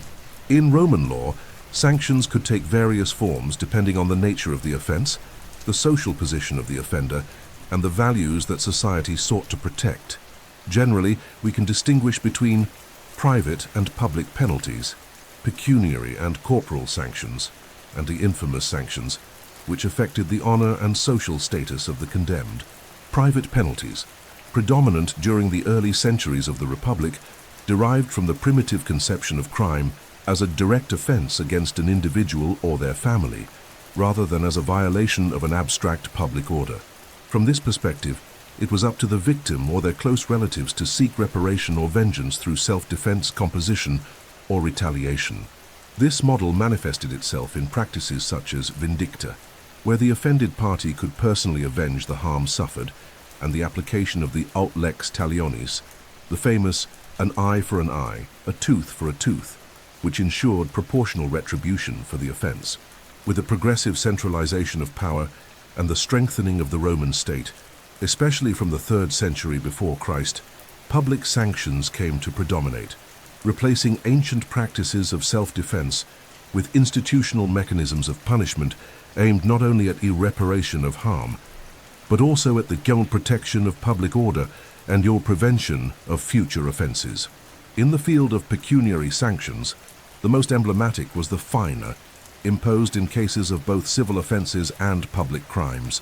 The pecuniary sentence could consist of simple compensation for the damage caused, as in the actio legis aquilii, which ensured compensation for damage unjustly caused to another's property, or it could take on a punitive character, imposing amounts greater than the actual damage, aiming to deter similar behavior in the future. The Roman legal system also provided for corporal sanctions, especially in the earliest phases, when the rigor of punishments was understood as a necessary means to maintain social cohesion in a community still marked by strong clan and familial ties. Thus, the practice of cheneximo, which allowed the insolvent debtor to be subjected to personal servitude, and the possibility of corporal execution of the debtor who failed to meet obligations, including the possibility of dividing the body of the condemned among creditors, as stipulated in the primitive law of the 12 Tables, illustrate the severity of punishments in early times. With Rome's social and legal evolution, these extreme practices were gradually abandoned or mitigated. That Lex Poetilia Papiria, as of 326 before Christ, for example, abolished debt bondage, replacing it with less cruel forms of patrimonial execution, such as seizure and confiscation of property. In the sphere of Isan public criminal law, sanctions varied according to the seriousness of the crime and the social status of the offender. The gravest offences, such as parricidium, killing a close relative, proditio, treason, sacrilegium, profanation of sacred places or objects, and perduelio, high treason, were punished with extreme sanctions, including capital punishment. This could be carried out in various ways, such as beheading, crucifixion, being thrown into the Tiber, or in cases of parricide, the traditional punishment of poena culae. The condemned person was sewn into a sack along with animals, traditionally a dog, a rooster, a snake, and a monkey, and thrown into the river as a symbolic expiation for the ultimate violation of family bonds. Other corporal sanctions included flogging, mutilation, branding with a hot iron, and especially for slaves, even more severe punishments, reflecting the legal inequality among the different strata of Roman society. The condition of slavery not only exposed individuals to crueler penalties, but also deprived them of any significant legal protection, placing their lives and integrity under the absolute control of their owner. At the level of infamous sanctions, Roman law developed a series of measures that, although they did not imply physical suffering or patrimonial loss, severely compromised the condemned person's social position and reputation. Infamia, for example, consisted of the legal devaluation of an individual, preventing them from exercising certain civil and political rights, such as testifying in court, holding magistracies, or contracting a legitimate marriage. Infamia could result from various causes, such as the commission of certain crimes, the exercise of professions considered dishonorable, like acting or being a gladiator, or the violation of moral and family norms. The exemplary character of Roman sanctions is another noteworthy aspect. Punishment was conceived not only as retribution for the offender, but also as a public warning, intended to reaffirm collective values and deter socially undesirable behaviors. The public execution of punishments in squares or forums served as a pedagogical spectacle, reinforcing the authority of the norms and public power. However, alongside this rigor, the Roman punitive system also recognized, from relatively early times, mechanisms of moderation and humanization of penalties. The granting of sartisi clemency, or dupardendans by the emperor, the possibility of appealing down to higher instances, and the adoption of card alternative punishments, in certain circumstances illustrate the Roman legal system's sensitivity to the need to calibrate punishment according to the particularities of each case. Moreover, the very evolution of Roman legal thought, especially under the influence of Stoicism, introduced a more rational and humanistic view of criminal law, valuing the intention of the agent and subjective circumstances as criteria for determining responsibility. The famous jurist Ulpian, for example, asserted that non omne quod licet honestum est tuo. Not everything that is permitted is honorable, emphasizing the need for punitive norms to be guided not only by strict legality, but also by ethical and equitable principles. Thus, the system of sanctions and punishments in Roman law reveals itself as a field of tension and balance between the need to maintain social order, the imperative of retributive justice, and the gradual pursuit of more rational, proportional, and humane forms of punishment. It bequeathed to the world not only a technical repertoire of punitive institutions, but above all, the understanding that the power to punish must be exercised with prudence, moderation, and responsibility, guided by the protection of fundamental legal goods and the promotion of social peace. In the memory of civilization, Roman criminal law remains an eloquent example of how legal culture can reflect both the harshness and complexity of human relations, reminding us that punitive justice is always one of the most delicate and controversial expressions of state power. If, throughout its long history, Rome succeeded in constructing one of the most vast and sophisticated legal systems of antiquity, this achievement cannot be understood merely as a work of technical ingenuity or normative skill. Underlying the immense machinery of found Roman law pulses a profound philosophical vision, which conceives of law not only as an instrument of social regulation, but as an expression of human reason as itself, oriented toward the pursuit of justice, tempered by equity and guided by prudence. Justice, iustitia, for the Romans, was not an abstraction, but a concrete virtue to be cultivated and practiced daily. The celebrated jurist Ulpian, in the 3rd century after Christ, synthesized this conception with precision and elegance by defining justice as the constant and perpetual will to give each their due. Suum cuique tribuere. This maxim, which has traversed centuries and consolidated itself as one of the foundations of Western legal thought, expresses the very essence of the Roman legal ideal. Justice is not a gracious concession of power, but a moral and rational imperative, requiring each individual and the collective to recognize and protect the rights of others. This conception of justice is deeply rooted in Roman philosophical tradition, influenced by Hellenistic schools, especially Stoicism, which had a decisive impact on the formation of Roman legal and political thought. The Stoics taught that nature is governed by a rational order, the logos, and that human beings, endowed with reason, must live in accordance with this order, seeking virtue and promoting the common good. Law from this perspective is not an arbitrary product of human will, but an expression of ratio naturalis, the natural reason that governs the universe and manifests itself in the legal order. This Stoic vision imbued Roman law with a profound sense of universality and humanity.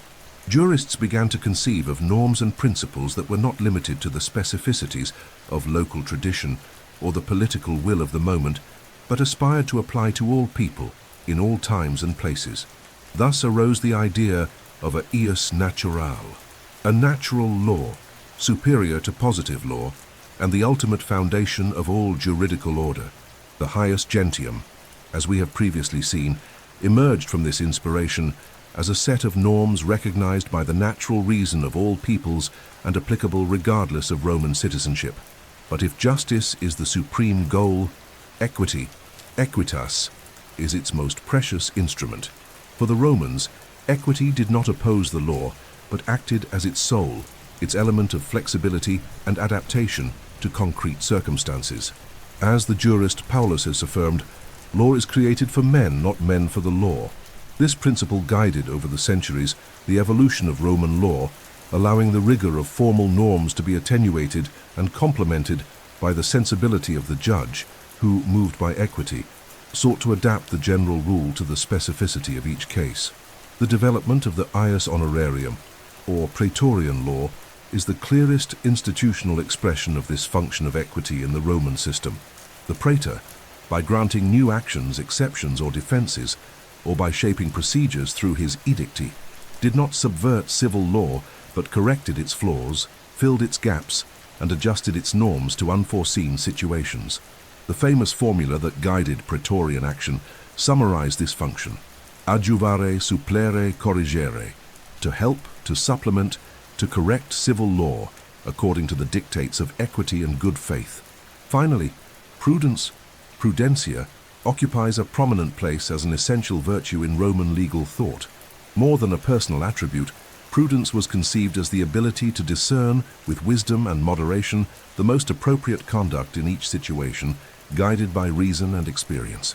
The Roman jurist was not merely a technician or a specialist in norms, but a prudens, someone endowed with practical knowledge, ethical sensibility, and intellectual competence, enabling him to interpret norms and resolve cases with justice and reasonableness. This conception of the jurist as a prudent guide of the law finds its highest expression in the figure of the jurisconsulti, the classical Roman jurists, whose role was not limited to drafting opinions or treatises, but involved profound philosophical reflection on the nature, foundations, and purposes of law. As Cicero, the great Roman orator and philosopher, asserted, "Law is the art of the good and the just, ars boni et aequi, an art that requires, beyond technical knowledge, the practice of prudence and the cultivation of virtues." The philosophy of Roman law, by articulating justice, equity, and prudence, bequeathed to the world a vision of law as a profoundly rational, yet also ethical and prudent, human practice.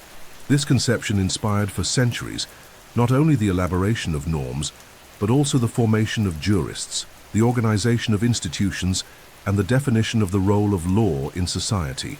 Above all, it taught that law is not an end in itself, nor an instrument of arbitrary domination, but a means to promote peaceful coexistence, the security of relations, the protection of rights, and the realization of the common good. And that, to fulfill this function, law must be interpreted and applied with rigor, but also with sensitivity, balance, and wisdom. This lesson remains alive today, guiding philosophical reflections, legal practices, and contemporary institutional conceptions as an immortal legacy of Roman civilization, which, by combining technique, ethics, and philosophy, reached one of the highest peaks of juridical thought in the history of humanity. No legal system, no matter how sophisticated and grand it may be, can escape the inexorable flow of time and the transformations of human societies. Roman law, which was born from the practical needs of a small community of shepherds by the banks of the Tiber and reached the heights of dogmatic and philosophical sophistication, was no exception. With the progressive as political, economic, and the social decline of the Roman Empire, law also underwent its process of decline. But contrary to what the term might suggest, this decline did not mean disappearance, but rather a metamorphosis. Roman law transformed and adapted, incorporating itself into new legal traditions and perpetuating itself as one of the most enduring forces of Western culture. The type decline of Roman law, thus, is inextricably linked to the weakening of the political institutions that supported it. From the 3rd century after Christ, the empire faced a series of crises: barbarian invasions, civil wars, economic collapse, and above all the militarization and bureaucratization of kings of power. These transformations directly impacted normative production and the administration of justice, leading to the progressive replacement of traditional citizen participation in public life by authoritarian centralization in the hands of the emperor and his bureaucracy. In the legal sphere, this translated into the progressive hypertrophy of imperial legislation, with the incessant multiplication of the constitution's principum, laws issued directly by the emperor, often casuistic, contradictory, and lacking the mediation of the ancient collegiate bodies or the reflection of the classical jurists. The result was the loss of the systemic coherence that had characterized classical Roman law, replaced by a more pragmatic administrative law strongly linked to the maintenance of power. This process culminated in the 6th century after Christ, with the famous codification promoted by Justinian, the Syria Corpus Juris Civilis, which, as we have seen, sought to consolidate and preserve the Roman legal tradition in the face of legislative chaos and the imminent threat of definitive fragmentation. Although this compilation ensured the textual survival of Roman law, it also paradoxically marked the end of its creative evolution as a living and dynamic system, transforming it into a relatively static body, preserved more by scholarship than by daily practice. In the Parensi Betontuisen, the situation was even more dramatic. With the fall of the Western Roman Empire in 476 after Christ and the formation of barbarian kingdoms, Roman law was progressively eclipsed by the laws and customs of the new ruling elites, such as the lex Salica of the Franks, the lex Visigothorum in Hispania, or the lex Burgundionum. These leges barbarorum combined elements of Roman law with Germanic traditions, but favored customary oral and personalist normativity over the technical and abstract sophistication that had characterized Roman jurisprudence. However, even in this context of fragmentation, Roman law did not disappear. In regions where Roman presence had been more consolidated, such as Gaul, Italy, and Hispania, it survived in daily practice, in contracts, notarial records, municipal norms, and above all, in the Church, which became the principal custodian and transmitter of the Roman legal tradition. The Catholic Church, whose organizational structure and legal conception were profoundly influenced by the Roman model, preserved the use of categories, concepts, and practices of Roman law, especially within canon law. The elaboration of the Decretum Gratiani in the 12th century and the later development of the Corpus Juris Canonici were profoundly marked by Romanist tradition, ensuring the continuity of Roman vocabulary, categories, and methods at the heart of medieval legal culture. The most remarkable phenomenon, however, was the whole renaissance of Roman law in the West, starting in the 11th century after Christ, with the rediscovery of the Fon Corpus Juris Civilis in Bologna, and the emergence of the Prus school of glossators. This rediscovery was not a mere juridical archaeology, but a creative reappropriation that transformed the old Roman law into the foundation of the ius commune, the European common law that dominated the legal landscape of Europe until the formation of modern nation-states and the emergence of national codifications. Thus, Roman law underwent a transformation. From a state law enforced within a concrete empire and administered by specific political institutions, it became a transnational legal model, studied and applied throughout Europe as a paradigm of rationality, coherence, and justice. This metamorphosis is one of the most eloquent proofs of the plasticity and universality of Roman law, which managed to adapt to the most diverse historical, social, and cultural contexts. This transformation also entailed a gradual integration with other legal systems, especially with Germanic customary law and canon law, giving rise to a mixed legal tradition that combined elements of various origins but maintained Roman law as its structural axis and dogmatic reference. On the conceptual and methodological level, Roman law bequeathed to the European tradition the ideal of a systematic law based on general principles, abstract categories, and techniques of rational interpretation that formed the foundation of modern legal dogmatics. The systematization of law, the distinction between public and private law, the theory of obligations, contracts, property, and civil liability, among many other fundamental constructions, derive directly from the Romanist tradition, even though they have been over the centuries reinterpreted and reformulated according to the needs of each era. Thus, the declined house of Roman law, far from representing its hero's end, was in fact the beginning of a new phase, marked by its transformation and universalization. From the law of a city, Rome, it became the law of an empire, then the law of a civilization, and finally the structural foundation of contemporary legal systems. This trajectory demonstrates that the true power of a legal system does not reside solely in its normative validity or its coercive effectiveness, but in its capacity to inspire, to transform itself, and to be constantly recreated by successive generations. Roman law thus remains one of the most extraordinary manifestations of human creativity, a masterpiece of legal reason that, shaped by the challenges and transformations of over 2 millennia, continues to illuminate the paths of law and justice. Among the many legacies that Roman civilization transmitted to posterity, its language, its architecture, its engineering, its literature, none has been so deeply assimilated and so silently decisive as its legal system. Roman law is not merely a set of past norms and institutions, it constitutes one of the central pillars of Western identity, a structuring element that shaped, guided, and inspired the organization of European societies, and by extension, all the legal cultures derived from them. The influence of Roman law in building the identity of the West is manifested first and foremost in the very conception of the tri-state and citizenship.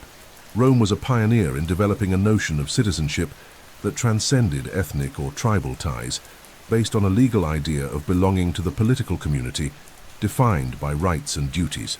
The civis Romanus, the Roman citizen, was one who participated in the res publica, protected and regulated by a common legal system. This conception, extremely innovative, broke with the exclusivist tradition of ancient communities and founded a model of citizenship that would directly influence the formation of modern states and their constitutions. The idea that power must be exercised according to quan legal norms, and not according to the mere arbitrary will of rulers, is also a Roman legacy. The famous principle, lex rex, the law is above the king, that guided European constitutionalism finds its roots in Roman experience, where even under the empire, the conception persisted that the prince was bound by law, that a imperator legis vinculus est. The emperor is bound by the law. This heritage became deeply rooted in Western political imagination, nurturing the construction of modern ideas of the rule of law, legality, and the limitation of sovereign power. Moreover, Roman law decisively contributed to the elaboration of a rational model of legal organization, based on conceptual systematization, the distinction of categories, and the elaboration of general principles. From the institutes of the Gaiusist, which structured law around the classic divisions of persons, were things, and actions, a paradigm of normative organization was formed that would be resumed and perfected in modern codifications, from the Code Napoleon Todendi to the German BGBB, becoming one of the distinctive marks of Western legal culture. Another fundamental aspect of this legacy is the notion that law is a sex product of reason, and not simply a reflection of tradition or an expression of power. The influence of Stoicism and other philosophical currents led Roman jurists to conceive of law as the manifestation of ratio naturalis, the natural reason inscribed in the very order of the world.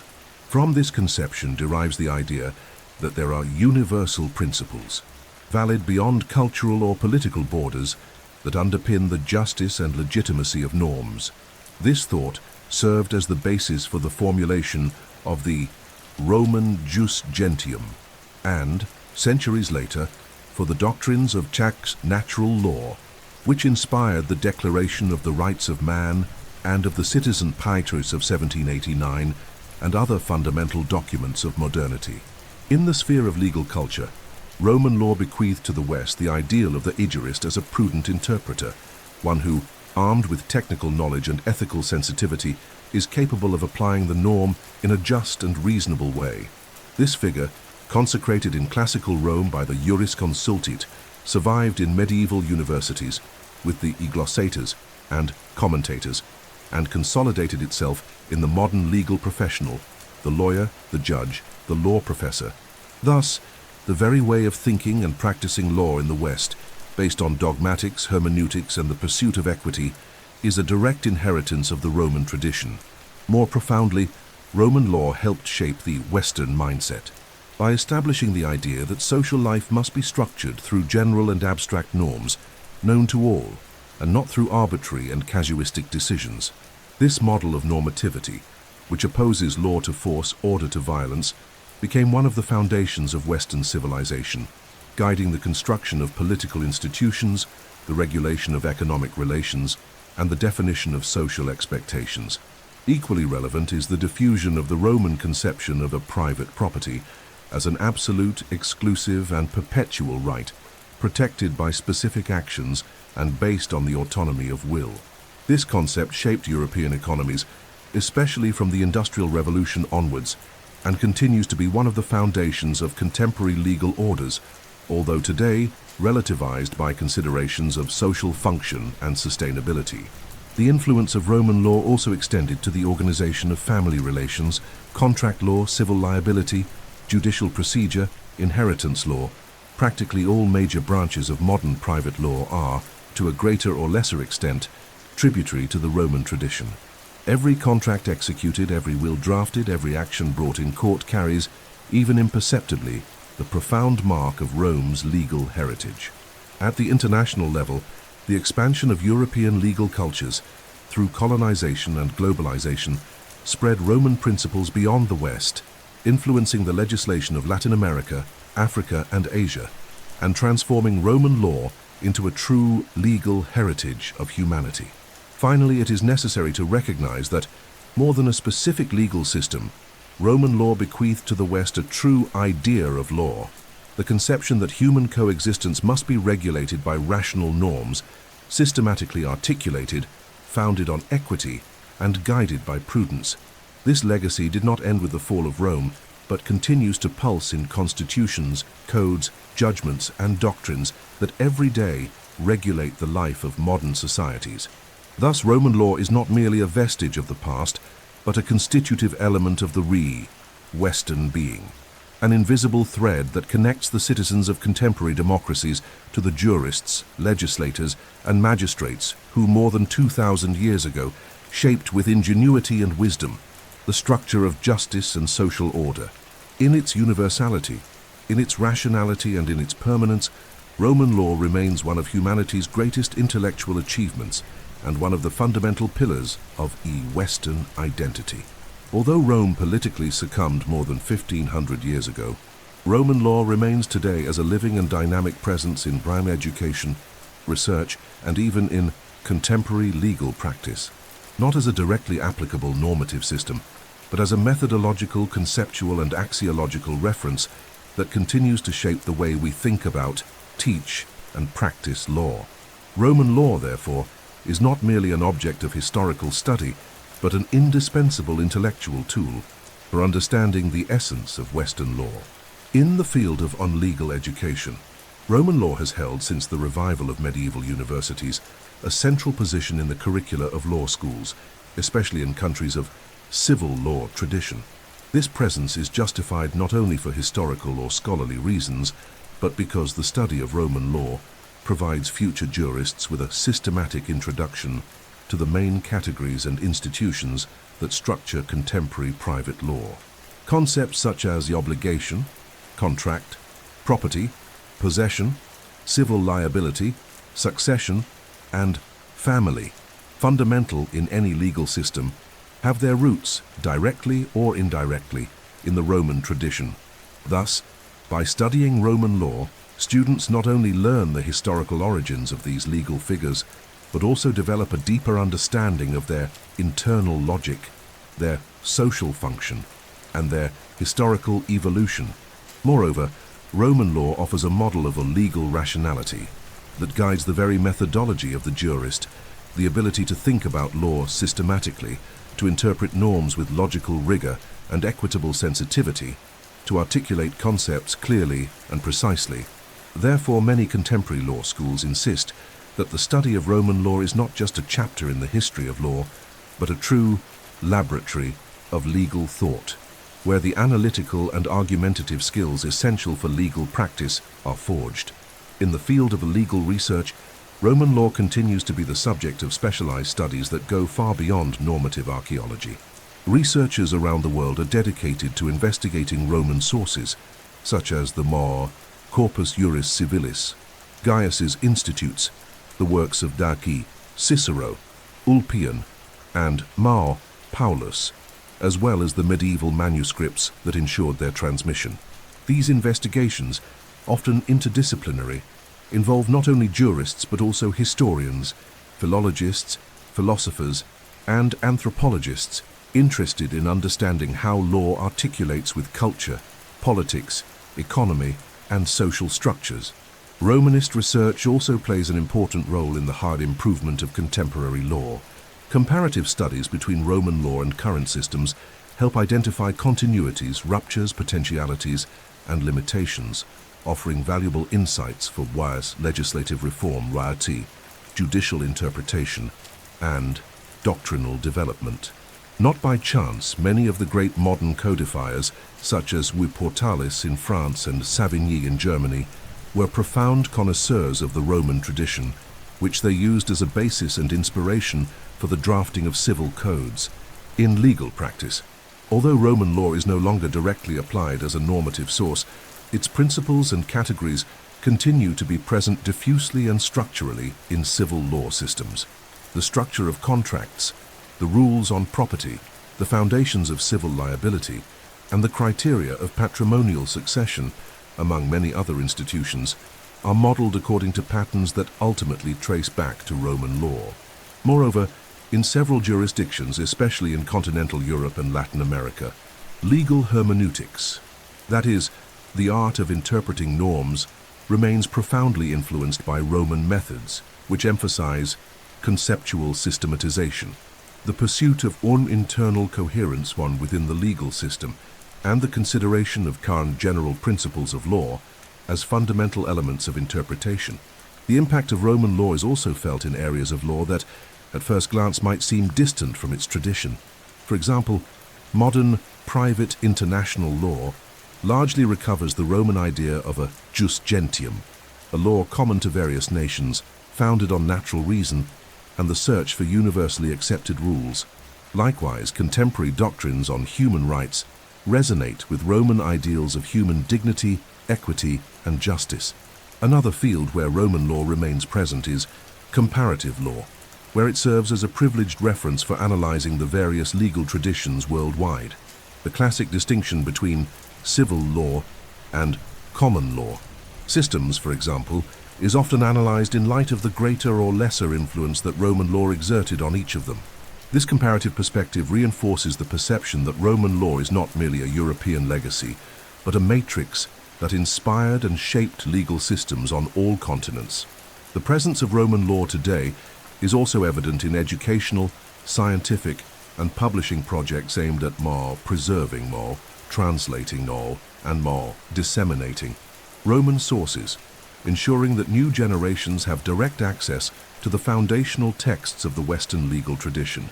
Initiatives such as the Bibliotheca Tubneriana, the Loeb Classical Library, and various university programs in Roman law attest to the vigor and vitality of this field of study. Finally, it is important to emphasize that even in an increasingly globalized and technologically advanced world, the study of Roman law offers an essential humanistic education. It provides a historical and philosophical perspective that allows jurists to understand that law is a social, historical, and cultural construction, and that its ultimate function is not merely to regulate economic or political life, but to promote justice, equity, and peaceful coexistence among human beings. Thus today, Roman law remains a living intellectual heritage, a tool for education, an object of research, and a normative reference that continues to inspire and guide legal thinking around the world. It reminds us that law does not arise by chance, but from reason, experience, and tradition, and that by studying the past, we build the foundations for a more conscious, fairer, and more humane legal practice. As we navigate the winding paths of the history of the Roman law, from the archaic times of the monarchy to the grand synthesis of Justinian, and its reception by the medieval and modern world, we understand that it is not merely an extinct legal tradition confined to the domain of scholarship or intellectual archaeology. Roman law remains today as an intangible heritage of humanity, a living testimony to humanity's ability to transform social experience into a rational system of norms, guided by the pursuit of justice, order, and social peace. The legacy of Roman law is not limited to the preservation of specific institutions or concepts, but resides above all in the transmission of a way of thinking about law, of conceiving it as a rational, systematic discourse aimed at achieving the common good. Over more than 2,000 years, this legacy has permeated the formation of political and legal institutions, shaped social practices, and inspired philosophical reflections that have outlined the legal identity of the West. One of the most notable aspects of this legacy is the extraordinary ability of Roman law to transform, to adapt to new social and political demands while preserving its essence. From the transition from jus civile to jus gentium, through the creation of ius honorarium, and culminating in Justinian's synthesis, Rome demonstrated that law is a historical and dynamic construction that must evolve with the society it regulates without abandoning its ethical and rational foundations. This spirit of adaptation is what allowed Roman law to survive the collapse of the empire, to be rediscovered and reinterpreted in the medieval period, to give form to the ius commune, and later to inspire the great modern codifications. It is no coincidence that the major European civil codes of the 19th and 20th centuries are, to a large extent, contemporary expressions of the Roman ideal of a systematized, logical, and universal law. Moreover, Roman law bequeathed to the world the ideal of the jurist as an archetype of prudence and reason. The Roman jurist, more than a mere applier of rules, was a prudent interpreter, capable of articulating technique and ethics, formalism and equity, rigor and sensitivity. This humanistic vision of law, which sees the norm as an instrument for achieving justice and not as an end in itself, remains one of the pillars of the best contemporary legal traditions. Another distinctive feature of the Roman heritage is the conception that law must be structured based on general principles that provide cohesion and harmony to the system, and not as a mere collection of case-by-case norms. Principles such as the binding force of contracts, pacta sunt servanda, liability for damage caused, damnum in iuria datum, respect for private property, protection of good faith, bona fides, and the centrality of equity, equitas guides, are examples of notions forged in Roman legal practice that have become universal foundations indispensable to the functioning of any modern legal system. On a symbolic level, Roman law also represents the triumph of legal culture over arbitrariness, of normative reason over brute force. It reminds us that law does not arise from the whim of the powerful, but from the human need to organize life in society according to shared rules, legitimized by reason and oriented toward justice. This conception continues to inspire today the struggles for the protection of human rights, for the guarantee of due process of law, and for the limitation of state power. Furthermore, the influence of Roman law is not limited to countries of the e-civil law tradition, but also reaches common law systems, where, although the historical basis is different, many Roman concepts and methods were incorporated, especially through canon law and natural law doctrines. This demonstrates that the Roman legacy transcends the divisions between legal families, affirming itself as a common heritage of all humanity.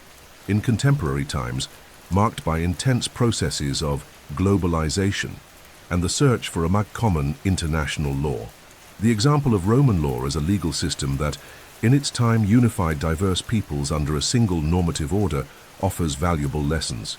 It teaches us that it is possible to build legal systems that respect cultural and social differences, but are founded on common principles of rationality, justice, and equity.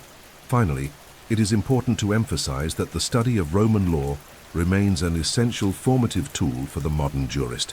For the modern, not only for its historical and cultural value, but because it offers a deep vision of the structures, functions, and limits of law, encouraging critical reflection and historical awareness, qualities indispensable to responsible and ethical legal practice.